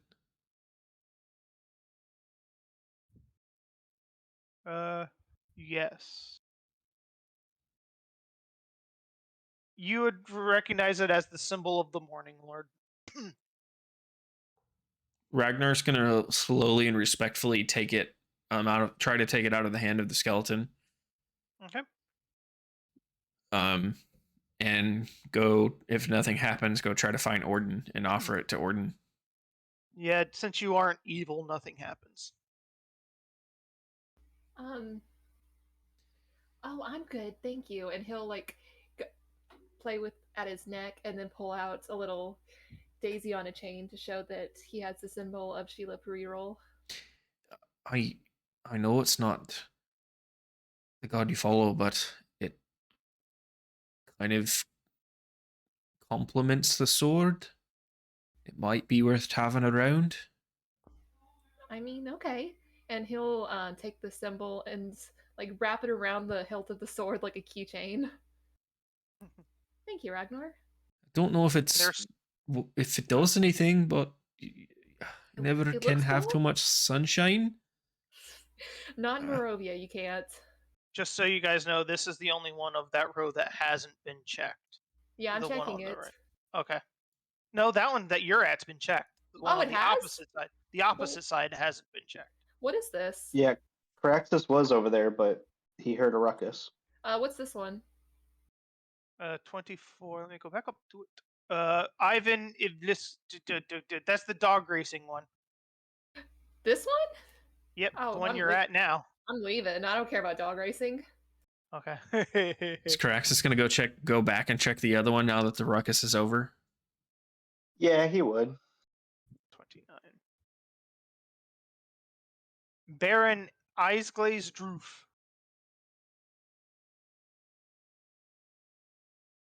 Doofenshmirtz Evil Incorporated. Okay. And then we'll go to Ragnar.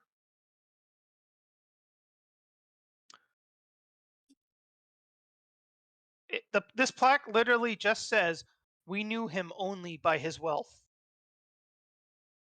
Damn. No name, just only wealth. Guess Ragnar's gonna open and look inside then, because like that doesn't really help much.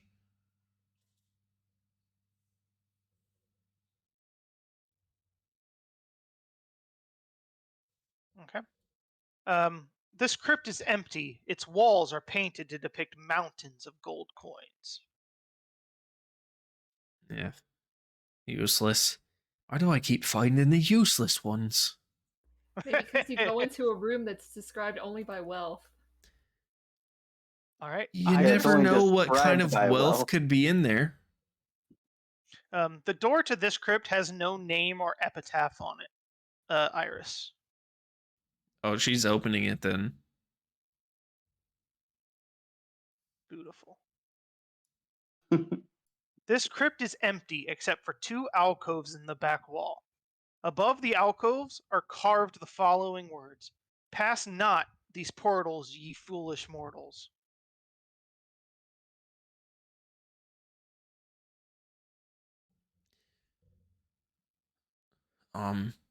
Guys, I think I found something. Well, wasn't it Iris that found it? Dearies. Yeah, dearie. I used think you guys found instead of some- dearies. What is it? Look at the portals, dearie. And you can there's some inscription about not passing, mortals not passing. I don't really know. How far away are the portals? They're in each side, there's technically an alcove here and over here. Ragnar, hold on to me, and I'm going to put my shovel through one of the portals. Just barely to see what happens, and then pull it back. Just Well, let it be known before you do this that I didn't tell you to do this. It's you don't see anything radiating from these alcoves. They look just like empty alcoves to you, if that changes your mind for anything. It's more the inscription, The inscription. we're wondering about. Yeah. Which one are you putting your shovel in? The west or the east? The one that I'm closest to. The west. Nothing happens. I'm gonna pull it out and look at my shovel and see if it's burned or damaged or anything. It is not. Can I put it Well, through it did say mortals. Maybe a shovel's not mortal. It said don't pass through mortals. Caraxus? Caraxus is terrible. Can we send your wyvern through?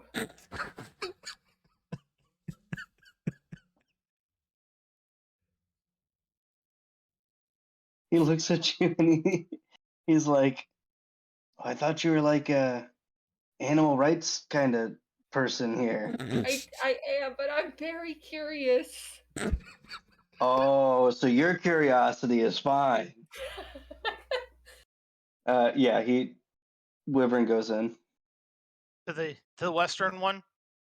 Yeah. Nothing happens. Please don't die, little wyvern. Alright, goes in the other one. Nothing happens. Wait, what happens when he goes through these portals? Nothing. Nothing. Can he not see anything? He doesn't go anywhere. He's just standing the wyvern is just standing in the alcove. Looks like it's just propaganda. Just a bunch of lies printed somewhere to Lies make it and look like the propaganda. truth. I don't think it's worth it. It's Like, not. okay, what would be the benefits of actually exploring this thing? I mean, the benefits could be that we don't have Caraxes. I mean, the downfall could be that we don't have Caraxes. Crash goes in. If I have any food on me, I'm going to offer it to the wyvern and just give it a head scritch as an apology for possibly almost killing it. It takes the food and it chews it, but lets it all out of its mouth as it chews because it doesn't eat. So it doesn't understand what it's supposed to do. That's cute. Then we'll go to the door for Rajin. Sir Klutz Tripolotsky. He fell on his own. He fell on his own sword. That's gotta Have be a another good. night here. Check for his sword. Help yourself. No, that sword's bad luck. I think it's the knight that's bad luck.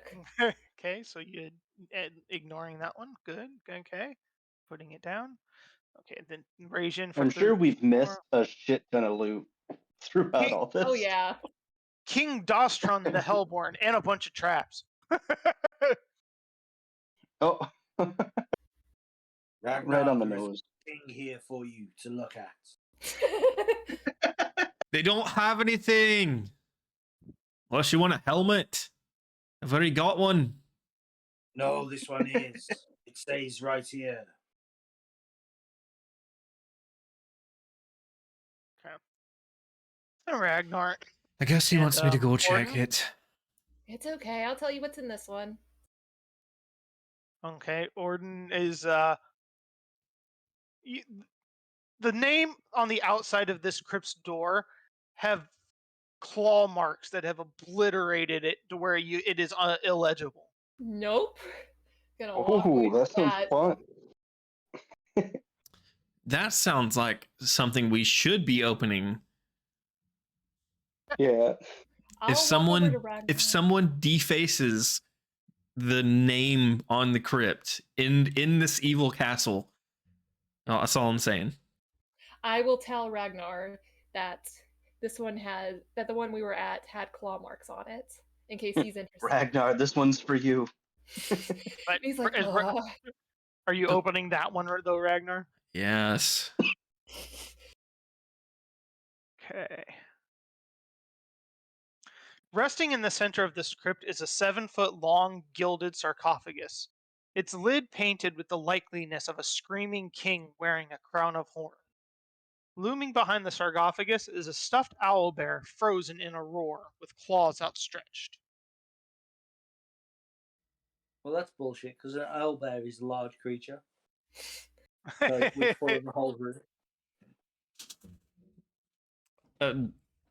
Ragnar just kind of looks over at Orden. The last thing we opened had armor in it. Should we open this one too? It looks very scary, but you think we can take it if it comes alive? That's just an owl bear. No, I'm not talking about the owl bear. I'm talking about the sarcophagus. What's the sarcophagus gonna do? Open up and eat us? Maybe. You're too superstitious. You saw what that door did to you, Ragnar. That was the door. That's completely different. All right.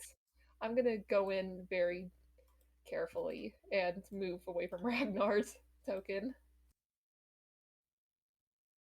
You open it. You open it. I guess I'm gonna try to open the sarcophagus. You go to reach for the sarcophagus lid, and a little tiny imp appears on the shoulder of the owlbear. He says, "I wouldn't do that if I were you." Oh, okay. I guess we're gone. And I'm gonna grab Ragnar and try to pull him out. And why not? Because that sarcophagus there, it'd be trapped.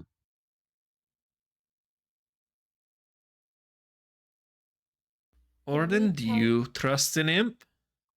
I'm going to insight check him. Okay. 9. Yeah, you can't tell. I mean, religiously, I shouldn't trust an imp.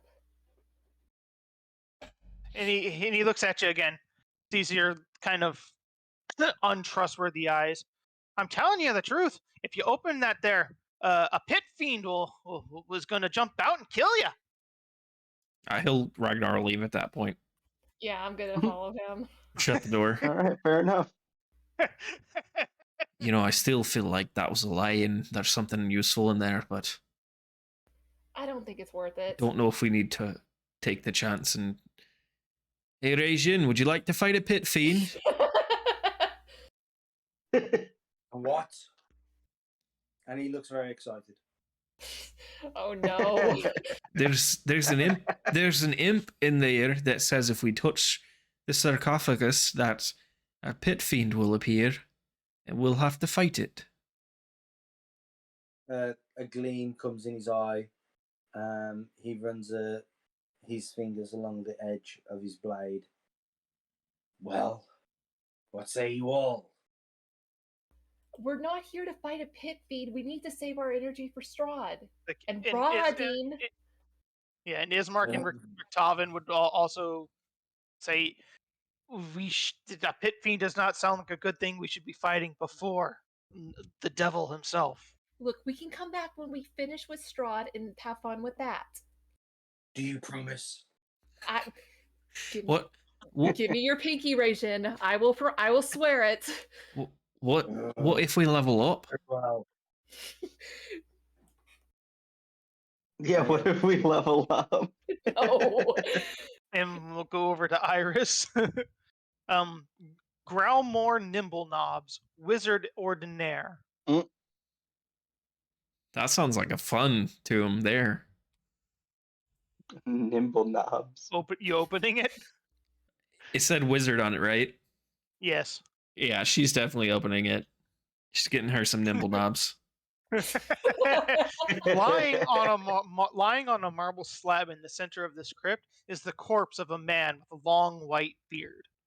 His skin clings tightly to his skull and bones, and he wears dusty red robes. Clutched to his chest is a wooden staff that has a brass knob on the end and a marble knob on the other. Oh, he's got so many knobs.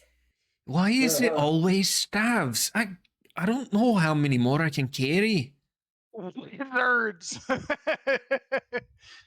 She's gonna go check it out anyways, though. Look, she wants power at this point, so... She's just walking around with 8 staves. Yeah, you pick up it's another quarterstaff for you. Hey, if I can, like, combine them all, I can have a rod of 7 parts. No, if you combine 4 Staff of Exodia. If you combine 4 quarterstaffs, you'll have 1 staff. You have a full staff.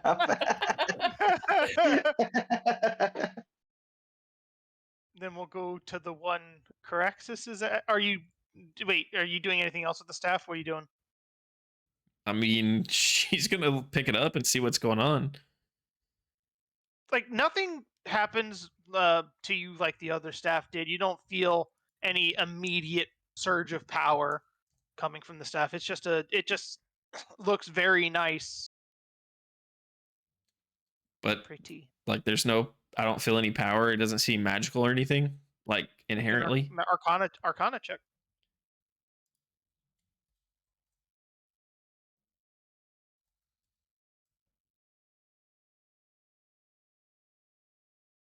It doesn't seem inherently magical to you.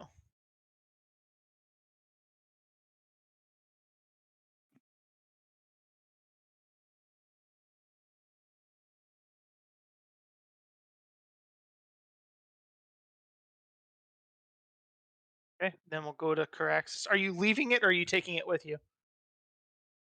Was I muted? I said I was going to take it with me, but I might have been muted. Okay. Okay, you were muted. So you have another quarterstaff. 3 quarters there. Caraxus, General Croval, and then quotation marks, Mad Dog, Grizzlick, Master of the Hunt, a leader of hounds and men. Caraxus would open that one. Damn it, Caraxus. You can't see the tokens. What? There's a big token wherever Rasian is. Oh, Maybe- yeah, there is. Maybe it's Oh, over shit, yeah. Look at. Oh, shit, you can see the fucking tokens from here. I hate all of Sorry, I wasn't metagaming. You can put them on the GM layer, Derek. Well, that means they're hidden. Yeah. Okay. Exactly. Yes. You could, Derek. You could literally have all the tombs then, like Yeah. open. You wouldn't have had to have messed around. Oh no, are those fire? Three. In the stench of brimstone and burnt fur spills from this crypt as you Oh open it. shit! In its Whoa, darkness, would are I have smelt that before? As you're creaking it open, yes. Oh, I immediately shut it. Okay. But like No. you as you're creaking it open, you peek in. You see that before you shut it, you see 3 pairs of glowing red eyes. Yeah, he'd close it and he would whisper as loud as he can. Fire! Fire in that room! Fire! Fire bad. Fire bad. Yeah, and he'd run over to Rachin. Fire in that room. Very well. There is no need to trouble yourself. Check that door over there. And he'll point. This one over here? Yeah. Yeah. Rajin, the door you're standing at. Bucephalus? How do you say the horse's name? Bucephalus? Yeah, Bucephalus, the wonder horse. May the flowers grow ever brighter where he trods. That sounds like Orden's favorite tomb right there. It's like, and you can tell that like this tomb is larger than any other crypt than in these catacombs. I don't know, Derek. It seems about the same size. It's not. It should He be. would call out. He would call out down the corridor. There is a tomb for a horse here. Raging is not interested in the horse. Yeah, despite all of the summoned steeds that Orden's been suggesting, he is not that interested either. I was more referring to the whole flower aspect, but nobody relayed that. Nobody relayed that to Orden. So yeah, if you had said flowers, maybe. The flower tomb. Then we'll go to the door Caraxus is at again.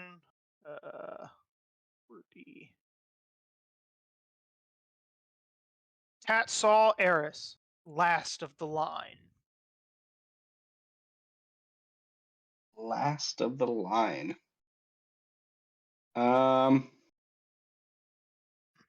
mean, yeah, I'll open it.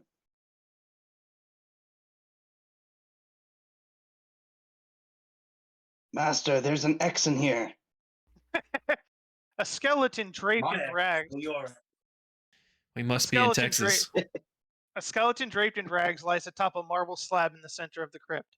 Mounted on the north, east, and south walls are 3 unlit torches in iron brackets. Master, there's an X in here, and you turn, and it's like his X from like his goose X. The goose X. No! His ex-wife. She's following me. There's a skeleton draped in what? In rags. In rags? Master, this is a curious room, but nothing stands out as anything too particular. Very well.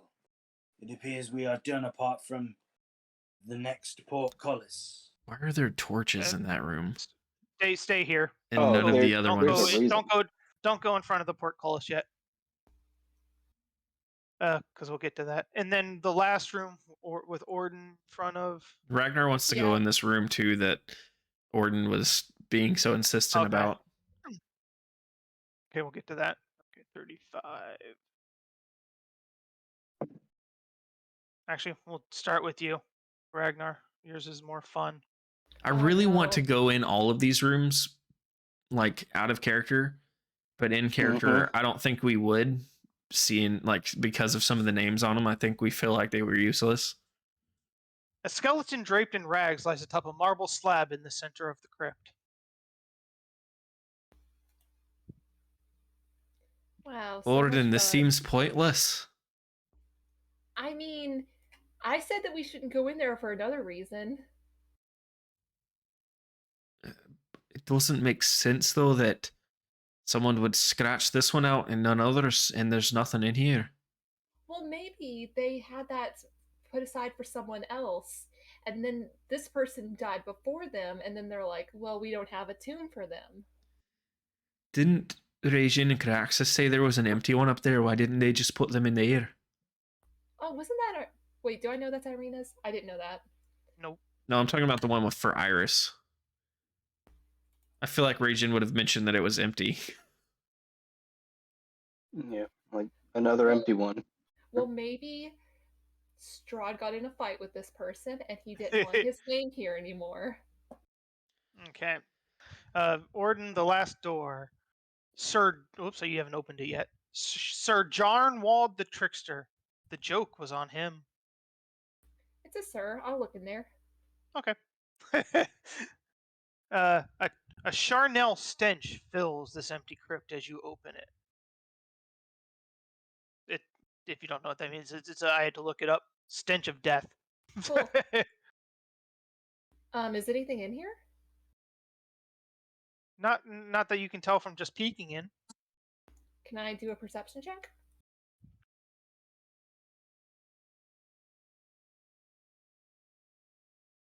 Sure.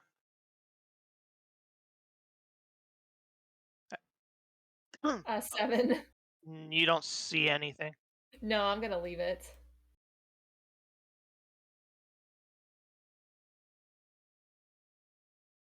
Okay, then let me get to down here. Because I know there was something about this stuff.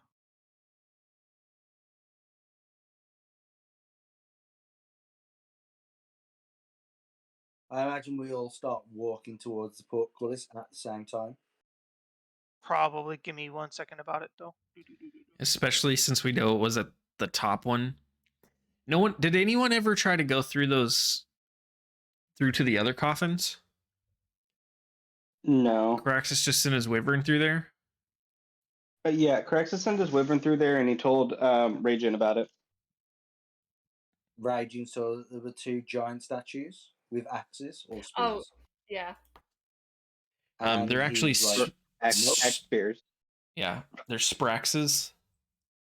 Not to be confused with Caraxes. I was gonna say, you mean like our kobold? But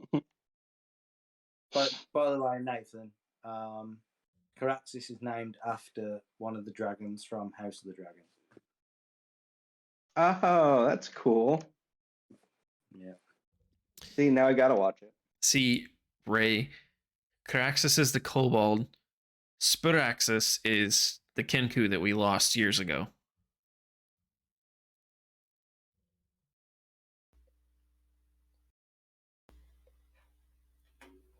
Oh, okay. It took you I a was just really so long, lost. like you're. I saw the wheels turning, and I was like, "She's gonna have a great response to this." And finally, I you don't know what you're unmute, and talking you're like, about. "Oh, okay." I don't know what you're talking about. I'm just trying to put a Kenku in the canon somewhere. Gotcha. It's in one I of our thought you were- backstories somewhere. I thought you were talking about tide pool or whatever. No, that's Why? Why would I be referring to one of Tyler's random characters? Because it wasn't in a Kenku. No, that was Snapper and Snapper. I could have swore Tidepool was a Kenku. wasn't it a water No. genasi or something like that? Yeah, that, he was. that was Tidepool. Okay, you know what? That makes a lot more sense than just. Okay. You guys all approach this last portcullis all together. Who and you kind of get to these little or the hallways here. Do you all step in at the same time, or I one mean, yeah, person all going for one and first? one for all. Okay. Then I mean, realistically, the I don't. Wyvern would have been over here long before. well, the that wyvern doesn't hovers. matter. The wyvern Yeah, hovers. exactly. I don't like this. Okay. I have to create a new map because you're being teleported. No Orden, way. wake up. No. Like, why did Caraxus not check for traps? Because I was doing other shit. Because we already found the only trap that was here.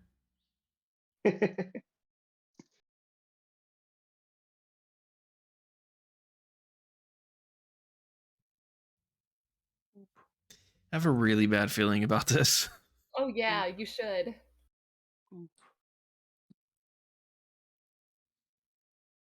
Just so you know. Actually, I'll bring them with. I feel like so it that can't you be can too get it. bad though, since there's not a map for it. Well, it's combat. That's it. Well, Pretty yeah. much. Well, for now at least. I mean, yeah. I mean, of course it's combat.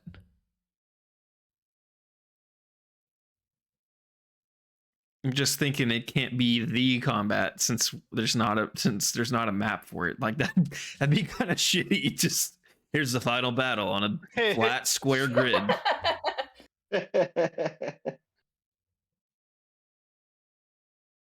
2, 3, 4, 5.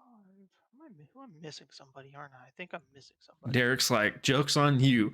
I decided to put Strahd in the one place that didn't have a map. I decided to put Strahd in the one place you would never look for him, in the void. He's in that door in the organ that we never looked through. That I don't know how we didn't find since Iris destroyed the whole organ. Yeah, and the door's name is Galadriel. Exactly. A very bad door. Are Van Richten and Ismark coming with us? Yes, they're being teleported too. Are we all being is teleported to the same place? Possibly.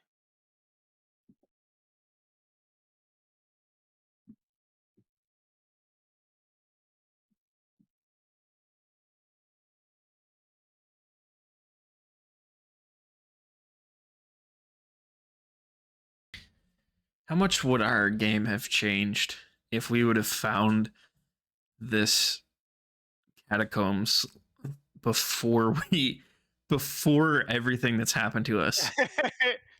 Well, If we would have first of all, found these could've- catacombs the first time around. we could have taken that desk elf lady and then brought her to her brother, and then we could have gone to the Amber Temple and then done that whole quest. We could have gotten the thing from Karesk. True. What did you say about Argynvostholt? We could have took the skull back to Argynvostholt. I think there's a quest But for. would we have just randomly grabbed that skull before going to? No. No, well, we didn't the first time. Yeah, I was Yeah. watching you guys back, and I was like, "Come on, Kevin, have a reason to take the skull," and then he didn't, and I was like, "You know what? That's not metagaming. That's correct." I just thought maybe Rajin would be like, "Let's have a funeral for this random dragon skull." He's just give me something, Kevin. Oh no. 1 second, I'm still prepared. Oh because shit! You've been Battle teleported. arena. You've been teleported places, and things have been teleported where you were. What does that mean? Oh, 6, and then another one. so where are we dropping, boys? You all step into that portcullis area, and then in an instant, you can feel yourselves lying down in a completely pitch black enclosed space. Well, this is bad. I don't have dark vision. Who the fuck is that guy? Oh, that's. I imagine your sword should still be lit. Yep. You're like Orden. You would see. But yes, a flash of light explodes around you, and then you are plunged into absolute darkness, suddenly lying in a confined space choked with dust.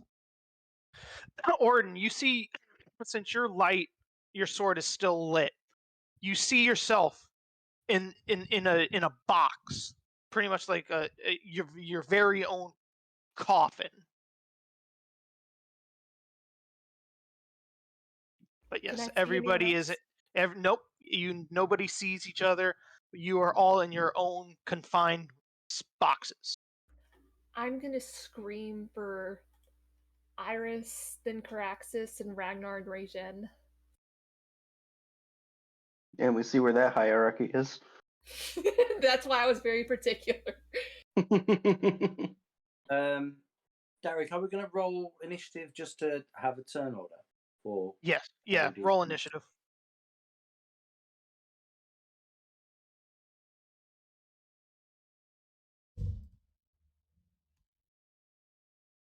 Iris got an 18. Ooh, me too. We're back at it again. Who has the higher dex? Not me. You have a +1, so you do. 'Cause I have a -1. Cool. And then Orden will go first. Ragnar got an 18. What's with all of you getting 18? No, Ragnar got a 13. 13. Derek, did you get my initiative? It didn't get in there, no. Oh shit. Well, I rolled a 14. I see that. I didn't. Regen's claustrophobic. Oh, he's no, got an It's 8. in there now. But I'll change it to a 14 since you had a 14. Regen's like, oh, I felt like I haven't slept for a while. I'm just going to lie here in the darkness. You just took a nap in your dagger like a few minutes, like a couple hours ago. Or maybe it's more so it's like peace and quiet from them. Like, can you still hear us? And then you just hear Orden just like, ah!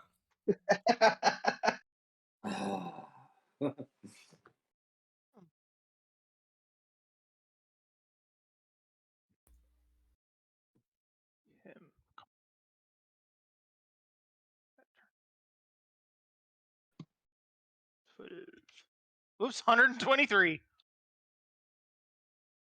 Then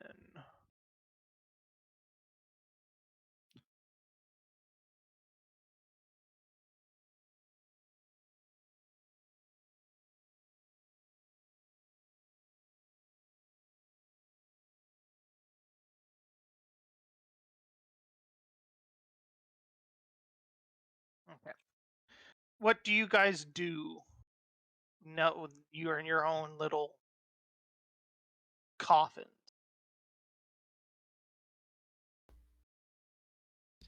Are we just free actions? Are we going in turn order, or what are we doing? No, we're not. We're not in initiative just yet. I mean, Caraxis would try to break out. That's what he would try to do. I mean, yeah, the Oaken Beard I feel like would most do. people would have that. Yeah, same. Yeah. I'm gonna try to bash my way out with my sword. Okay, you guys take a couple minutes of struggling to get out of these closed and confined space, but you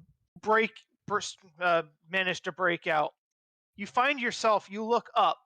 You find yourself at the bottom of kind of like a chasm, the bottom of a very, very, very deep shaft. And you look around you. You see your fellow your friends standing around you, but you also see 8 other coffins lying around this dark, dusty room. Is there anything in them? Go open one and find out. Hell no. I'm looking for the gonna- exit. Iris is the only one I can see, so I'm gonna go to her. How far is Yeah, your sun Regen, sword or lit up? Or is your sun sword still lit Yeah, up? that's what I'm saying. As far as the sun sword, I was like over here, and Caraxus was just like over here, and I couldn't see him, so I can see you. I thought your sun sword went farther than that. No, 30 feet and then 15 feet of bright. Do we see the other caskets, coffins? Yes, if you have dark vision, you do. Yes, and I'll just put squares. I'm gonna go retrieve Ash Williams over here. Boop, boop, boop, boop. Okay. Like neither Ismark nor Van Richten can see in the dark, so they bash out of their coffins and like they look up, they see the bright light shining from Orden's sword, so they're kind of blinded a little bit. But then they're like, "Where are we?" Just calm Right, down, gather. and we'll find the others and get all together. I can see Rajin barely over that direction. And Ragnar points over to Rajin, not realizing that dude can't see, and starts to move towards them. Like You start grabs his moving hand when he start sees moving around. Go ahead. when he sees that Van Richten doesn't really move. When he moves, he's just kind of feeling around. Ragnar kind of grabs his hand and leads him that direction. Like this room is awkwardly shaped and smells of rotten meat. Scattered around the floor, you see that there are numerous amounts of human bones and rusted swords, along with 8 other coffins. Is this the Rancor pit?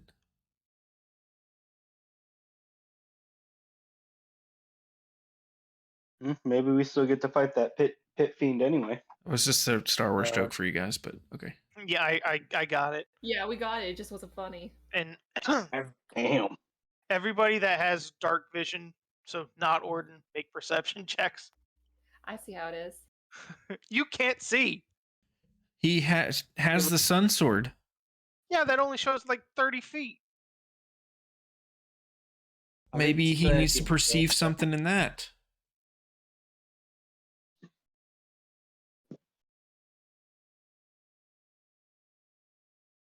Ragnar got a 13.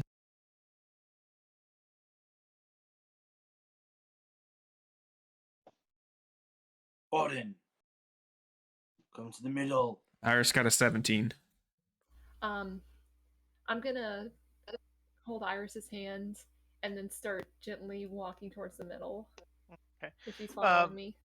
Iris would have seen that in the northern part there's a small kind of crappy looking wooden ladder that climbs up to the top where you can see a very small bit of light. Are you guys okay? It appears so. We're fine. There's a ladder over there, dearies. I don't think we should be messing with anything down here. No. It appears there are coffins. Well, it is a bit dusty down here. That's bound to happen. We shouldn't mess with them. Then let's go for the ladder. Van Richten, get close to me. You can't see, but I can use my sword. Ragnar's got Van Richten like kind of by the hand, by the arm, whatever. He's kind of led him this far. Like this ladder is very old and slippery and icky just from the awful humidity and nastiness down here in this hole. So it rises rises up 40 feet, and for every 10 feet you need to make an athletics check to get out. Well, we're gonna be screwed. That went so well last time. Iris is. It's like, are you gonna climb one at a time? Are you all going at the same time? Well, how are you gonna climb this ladder? Can we climb a ladder all at the same time? I don't think so. We should. I'm go- in one after another, you jackass. We should go. Okay. I feel like that's just one at a time. Okay, so Raging is going to look around and go, "We must be pretty strong to climb this. Who is the strongest?" And he'll probably look at Odin or Self. Ragnar. Well, maybe Ragnar just has a lighter- smile on his face, like Maybe the like you lighter told of a us should go joke. first. Ragnar, I think I might be a little stronger than you.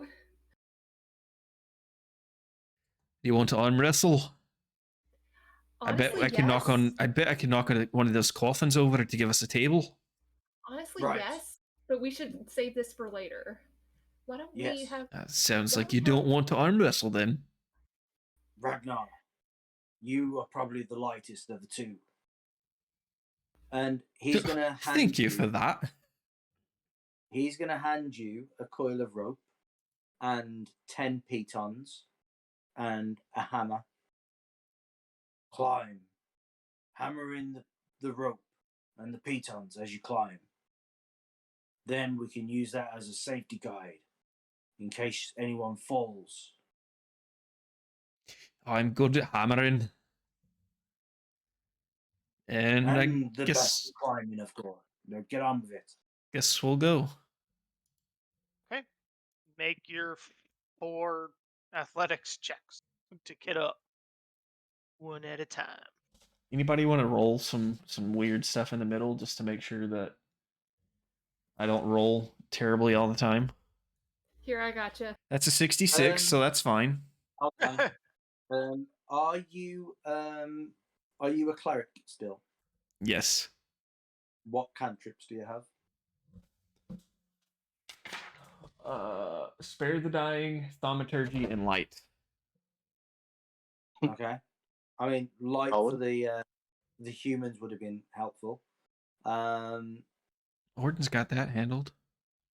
Does Iris have guidance? I think so. You could use Yeah, that for your ability checks. Yeah. Yeah, it's touch, so you might only get one. This is what I want you to do, Ragnar. Hammer in a piton, climb the ladder, wrap the rope around it, the piton, climb, unhook, climb, unhook. So basically, you you climb up a bit, hammer in a piton, wrap your rope around it, climb up, and like you're using it as a safety in case you fall. Yeah, Ragnar's gonna do that. Iris will cast guidance on him before he goes, just in case. That's 14 on the first roll. Okay. Next. Next.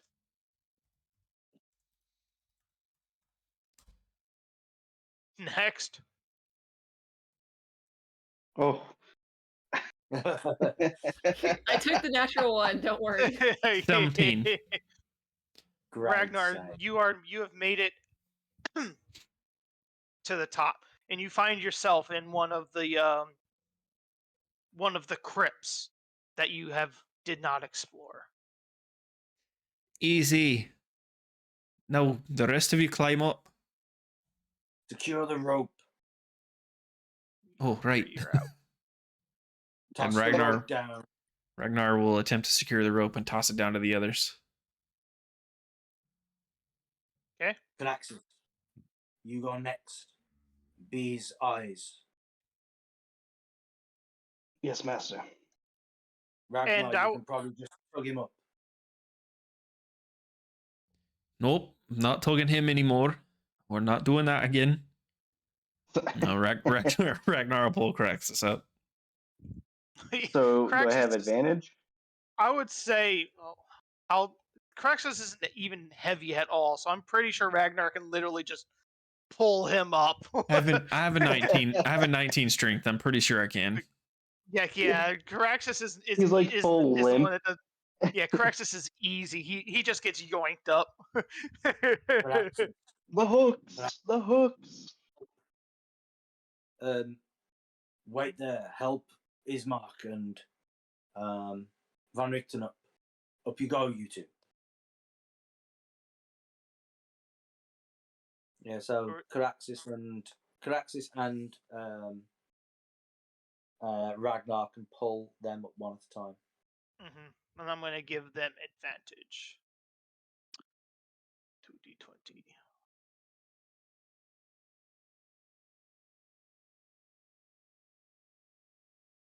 Yeah, +5. Oh, is this the trickster's Okay, one. coffin? Oh, Oh no, shit! did I do this? Ragnar has 20 foot of light too from the thigh bone too. See? Wait, what? Oh, 2d0s. Okay. Ismark made it up, and then Rictavio. It's an easy check. It's just, ooh, this one's gonna be harder because he ain't very athletic. Well, he's got the rope tied around him anyway, Yeah. so even if he falls, Ragnar's That's just holding him. advantage. Okay. He failed that one. So he kind of loses. Go ahead. I was going to say, Ragnar just catches him anyway. Mm-hmm. Yeah. Everybody can get. To be fair, Iris is probably casting guidance on everybody before they go up, so they have a D4 to add as well. And I'd like to say that whenever it's Orden's turn, he's absolutely going to be like, "Here, Ragnar, you can test your strength. Try to just pull me straight up." Oh, he's gonna try. Caraxis will help him. I don't need your help. Gets a swift backhand. And back to here. How much can you lift? Enough. All of it. Can you lift Orden? I don't know. How much do you weigh? I think 20 strength you should be able to. Yeah, but he's 19. Oh. That was the roll for Iris. Iris can't lift you. I mean, carrying capacity is like your strength score plus strength score at 150%, or times 15. Yeah.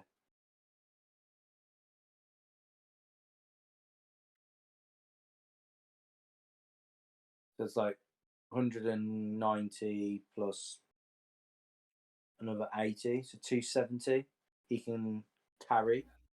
That'd be just about how much Orden weighs, maybe about 300. You get back to the top of the catacombs, and you climb out of this one crypt that you didn't explore, and you hear at the bottom, like towards the portcullis, you hear the laughing of creatures as they start walking up towards you guys. And now we can roll for initiative again. So just to derail things, you can carry 15 times your strength score, but you can push, drag, or lift 30 times your strength score. Oh yeah, he could have lifted Orden. And I think this is a good. I actually think this is a good point to stop. Yeah, if we get into combat, we're gonna be playing for another 3 or 4 hours. Oh yeah, I'm tired. Yeah, we'll stop. Yeah, especially this one. Yeah, it's probably like first. Holy shit, dude! Are you kidding me? Probably the next day for Kevin. Yeah, you see all those motherfuckers? Damn it! Yeah, there's no way we'd be finishing this. No. Nah, these are easy. Yeah. They're just like 80s hardcore rockers. It's fine. Yeah. Oh, that means they're on a lot of drugs. Exactly. You give them one kick and they're just the Rolling Stones. Or Led Zeppelin. It's the Rolling Stone and Led Zeppelin. Iris got a 4. Oh, we rolling initiative. And I realize why I'm randomly muting myself. I have a hotkey set up for minus, so every time I'm rolling with Iris, I'm muting myself. Ragnar got a 12.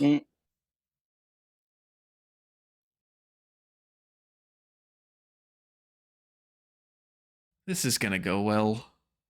Yes, it is. I already got Orden on there. Yes, I did. So I got to get Rick Taubin and Bismarck.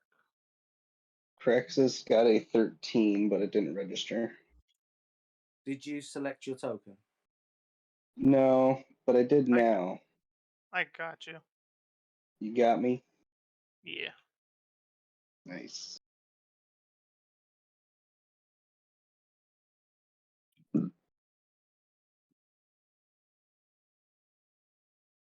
Okay, and this is a good spot to end. Yep. Alrighty. Anybody got anything they want to say or plug before we end up? No, I'm good tonight. I got All right. nothing going on. Well, I posted your link in the chat anyways, just for good measure. We are in the works of Jeremy from Erasmus Expeditions running a Western game in his homebrew world of Caldera. So I'm going to post his stuff in the chat one more time. We're going to finish Curse of Strahd first, and then our plan is for now to run a few one-shots before we go to Middle Earth, and Kevin's game is going to be one. I think we're going to try to get Ray's game that she put together for us run, and then I might run something. And then if we can get Nate to buck up and run something, maybe Nate will run something for us at some point. Maybe, even if it's not in that time frame. Then we I just will get try time to write a one shot. Even if it's not a one shot in that time, maybe after 6 years of Middle Earth, we can get Nate to finally run a game for us. I'll start working on something. Tomorrow night, I think we're going to be back in Arceus for some more chat versus streamer. The new Pokemon games come out in 2 months, I think. So I got a lot of work to do to finish Arceus before they come out. So they come out in November. Gonna be trying to hit that hard for a while and see if we can get the shiny decks finished and finish the game up. Yeah, and then probably some more Visage Friday night if I feel like I can handle it, because the chapter I'm on right now really screwed with my head last week. So we'll see what happens. I made a cool poster for that too. I need to post it up. Oh, that was so funny. Yeah, it looked real good. It's on the Discord now, but I need to post it on social medias too so everybody can see it. But that being said, I think that's it for us. I'm gonna see if any of our friends are online real quick so we can do a raid. Let's see. We know who's not online. Jarl. Yeah, I wasn't. So someone backed into his wife's car, and that's why he can't. She's okay. Shit. It was at a stoplight, so it wasn't bad, but it took out the headlights on the car, so they're just not driving it till it gets fixed. And that's why we kind of had to cancel the game. Damn. Let's see. What a fucking headache. We're gonna raid Mini Terrain Domain. He's one of the D&D people I watch all the time. One of the people I watch on YouTube. New digital workspace. Well, that's just gonna play an ad, so let me mute that tab real quick. We'll raid them. They're playing some. Do what? I was like, yeah, Jake is good, isn't he? Plays a lot of Harbinger, what he has done in the past. Yeah, they're playing Call of Cthulhu right now. Ooh, it's not Jake running a game either. It's Carrie. She's great at some horror stuff. So we'll hop over there and raid them if you guys want to hang out in the chat for a couple minutes after we throw up the end screen. Yeah, I love the Call of Cthulhu games that they play over there. I haven't seen Carrie run one, but I've seen Jake run some stuff, and I really want to play some Call of Cthulhu at some point. So hang out with us after the break screen's thrown up. We'll do a raid over there, and you'll get extra channel points for tomorrow night, chat versus streamer. We'll see you in another dimension.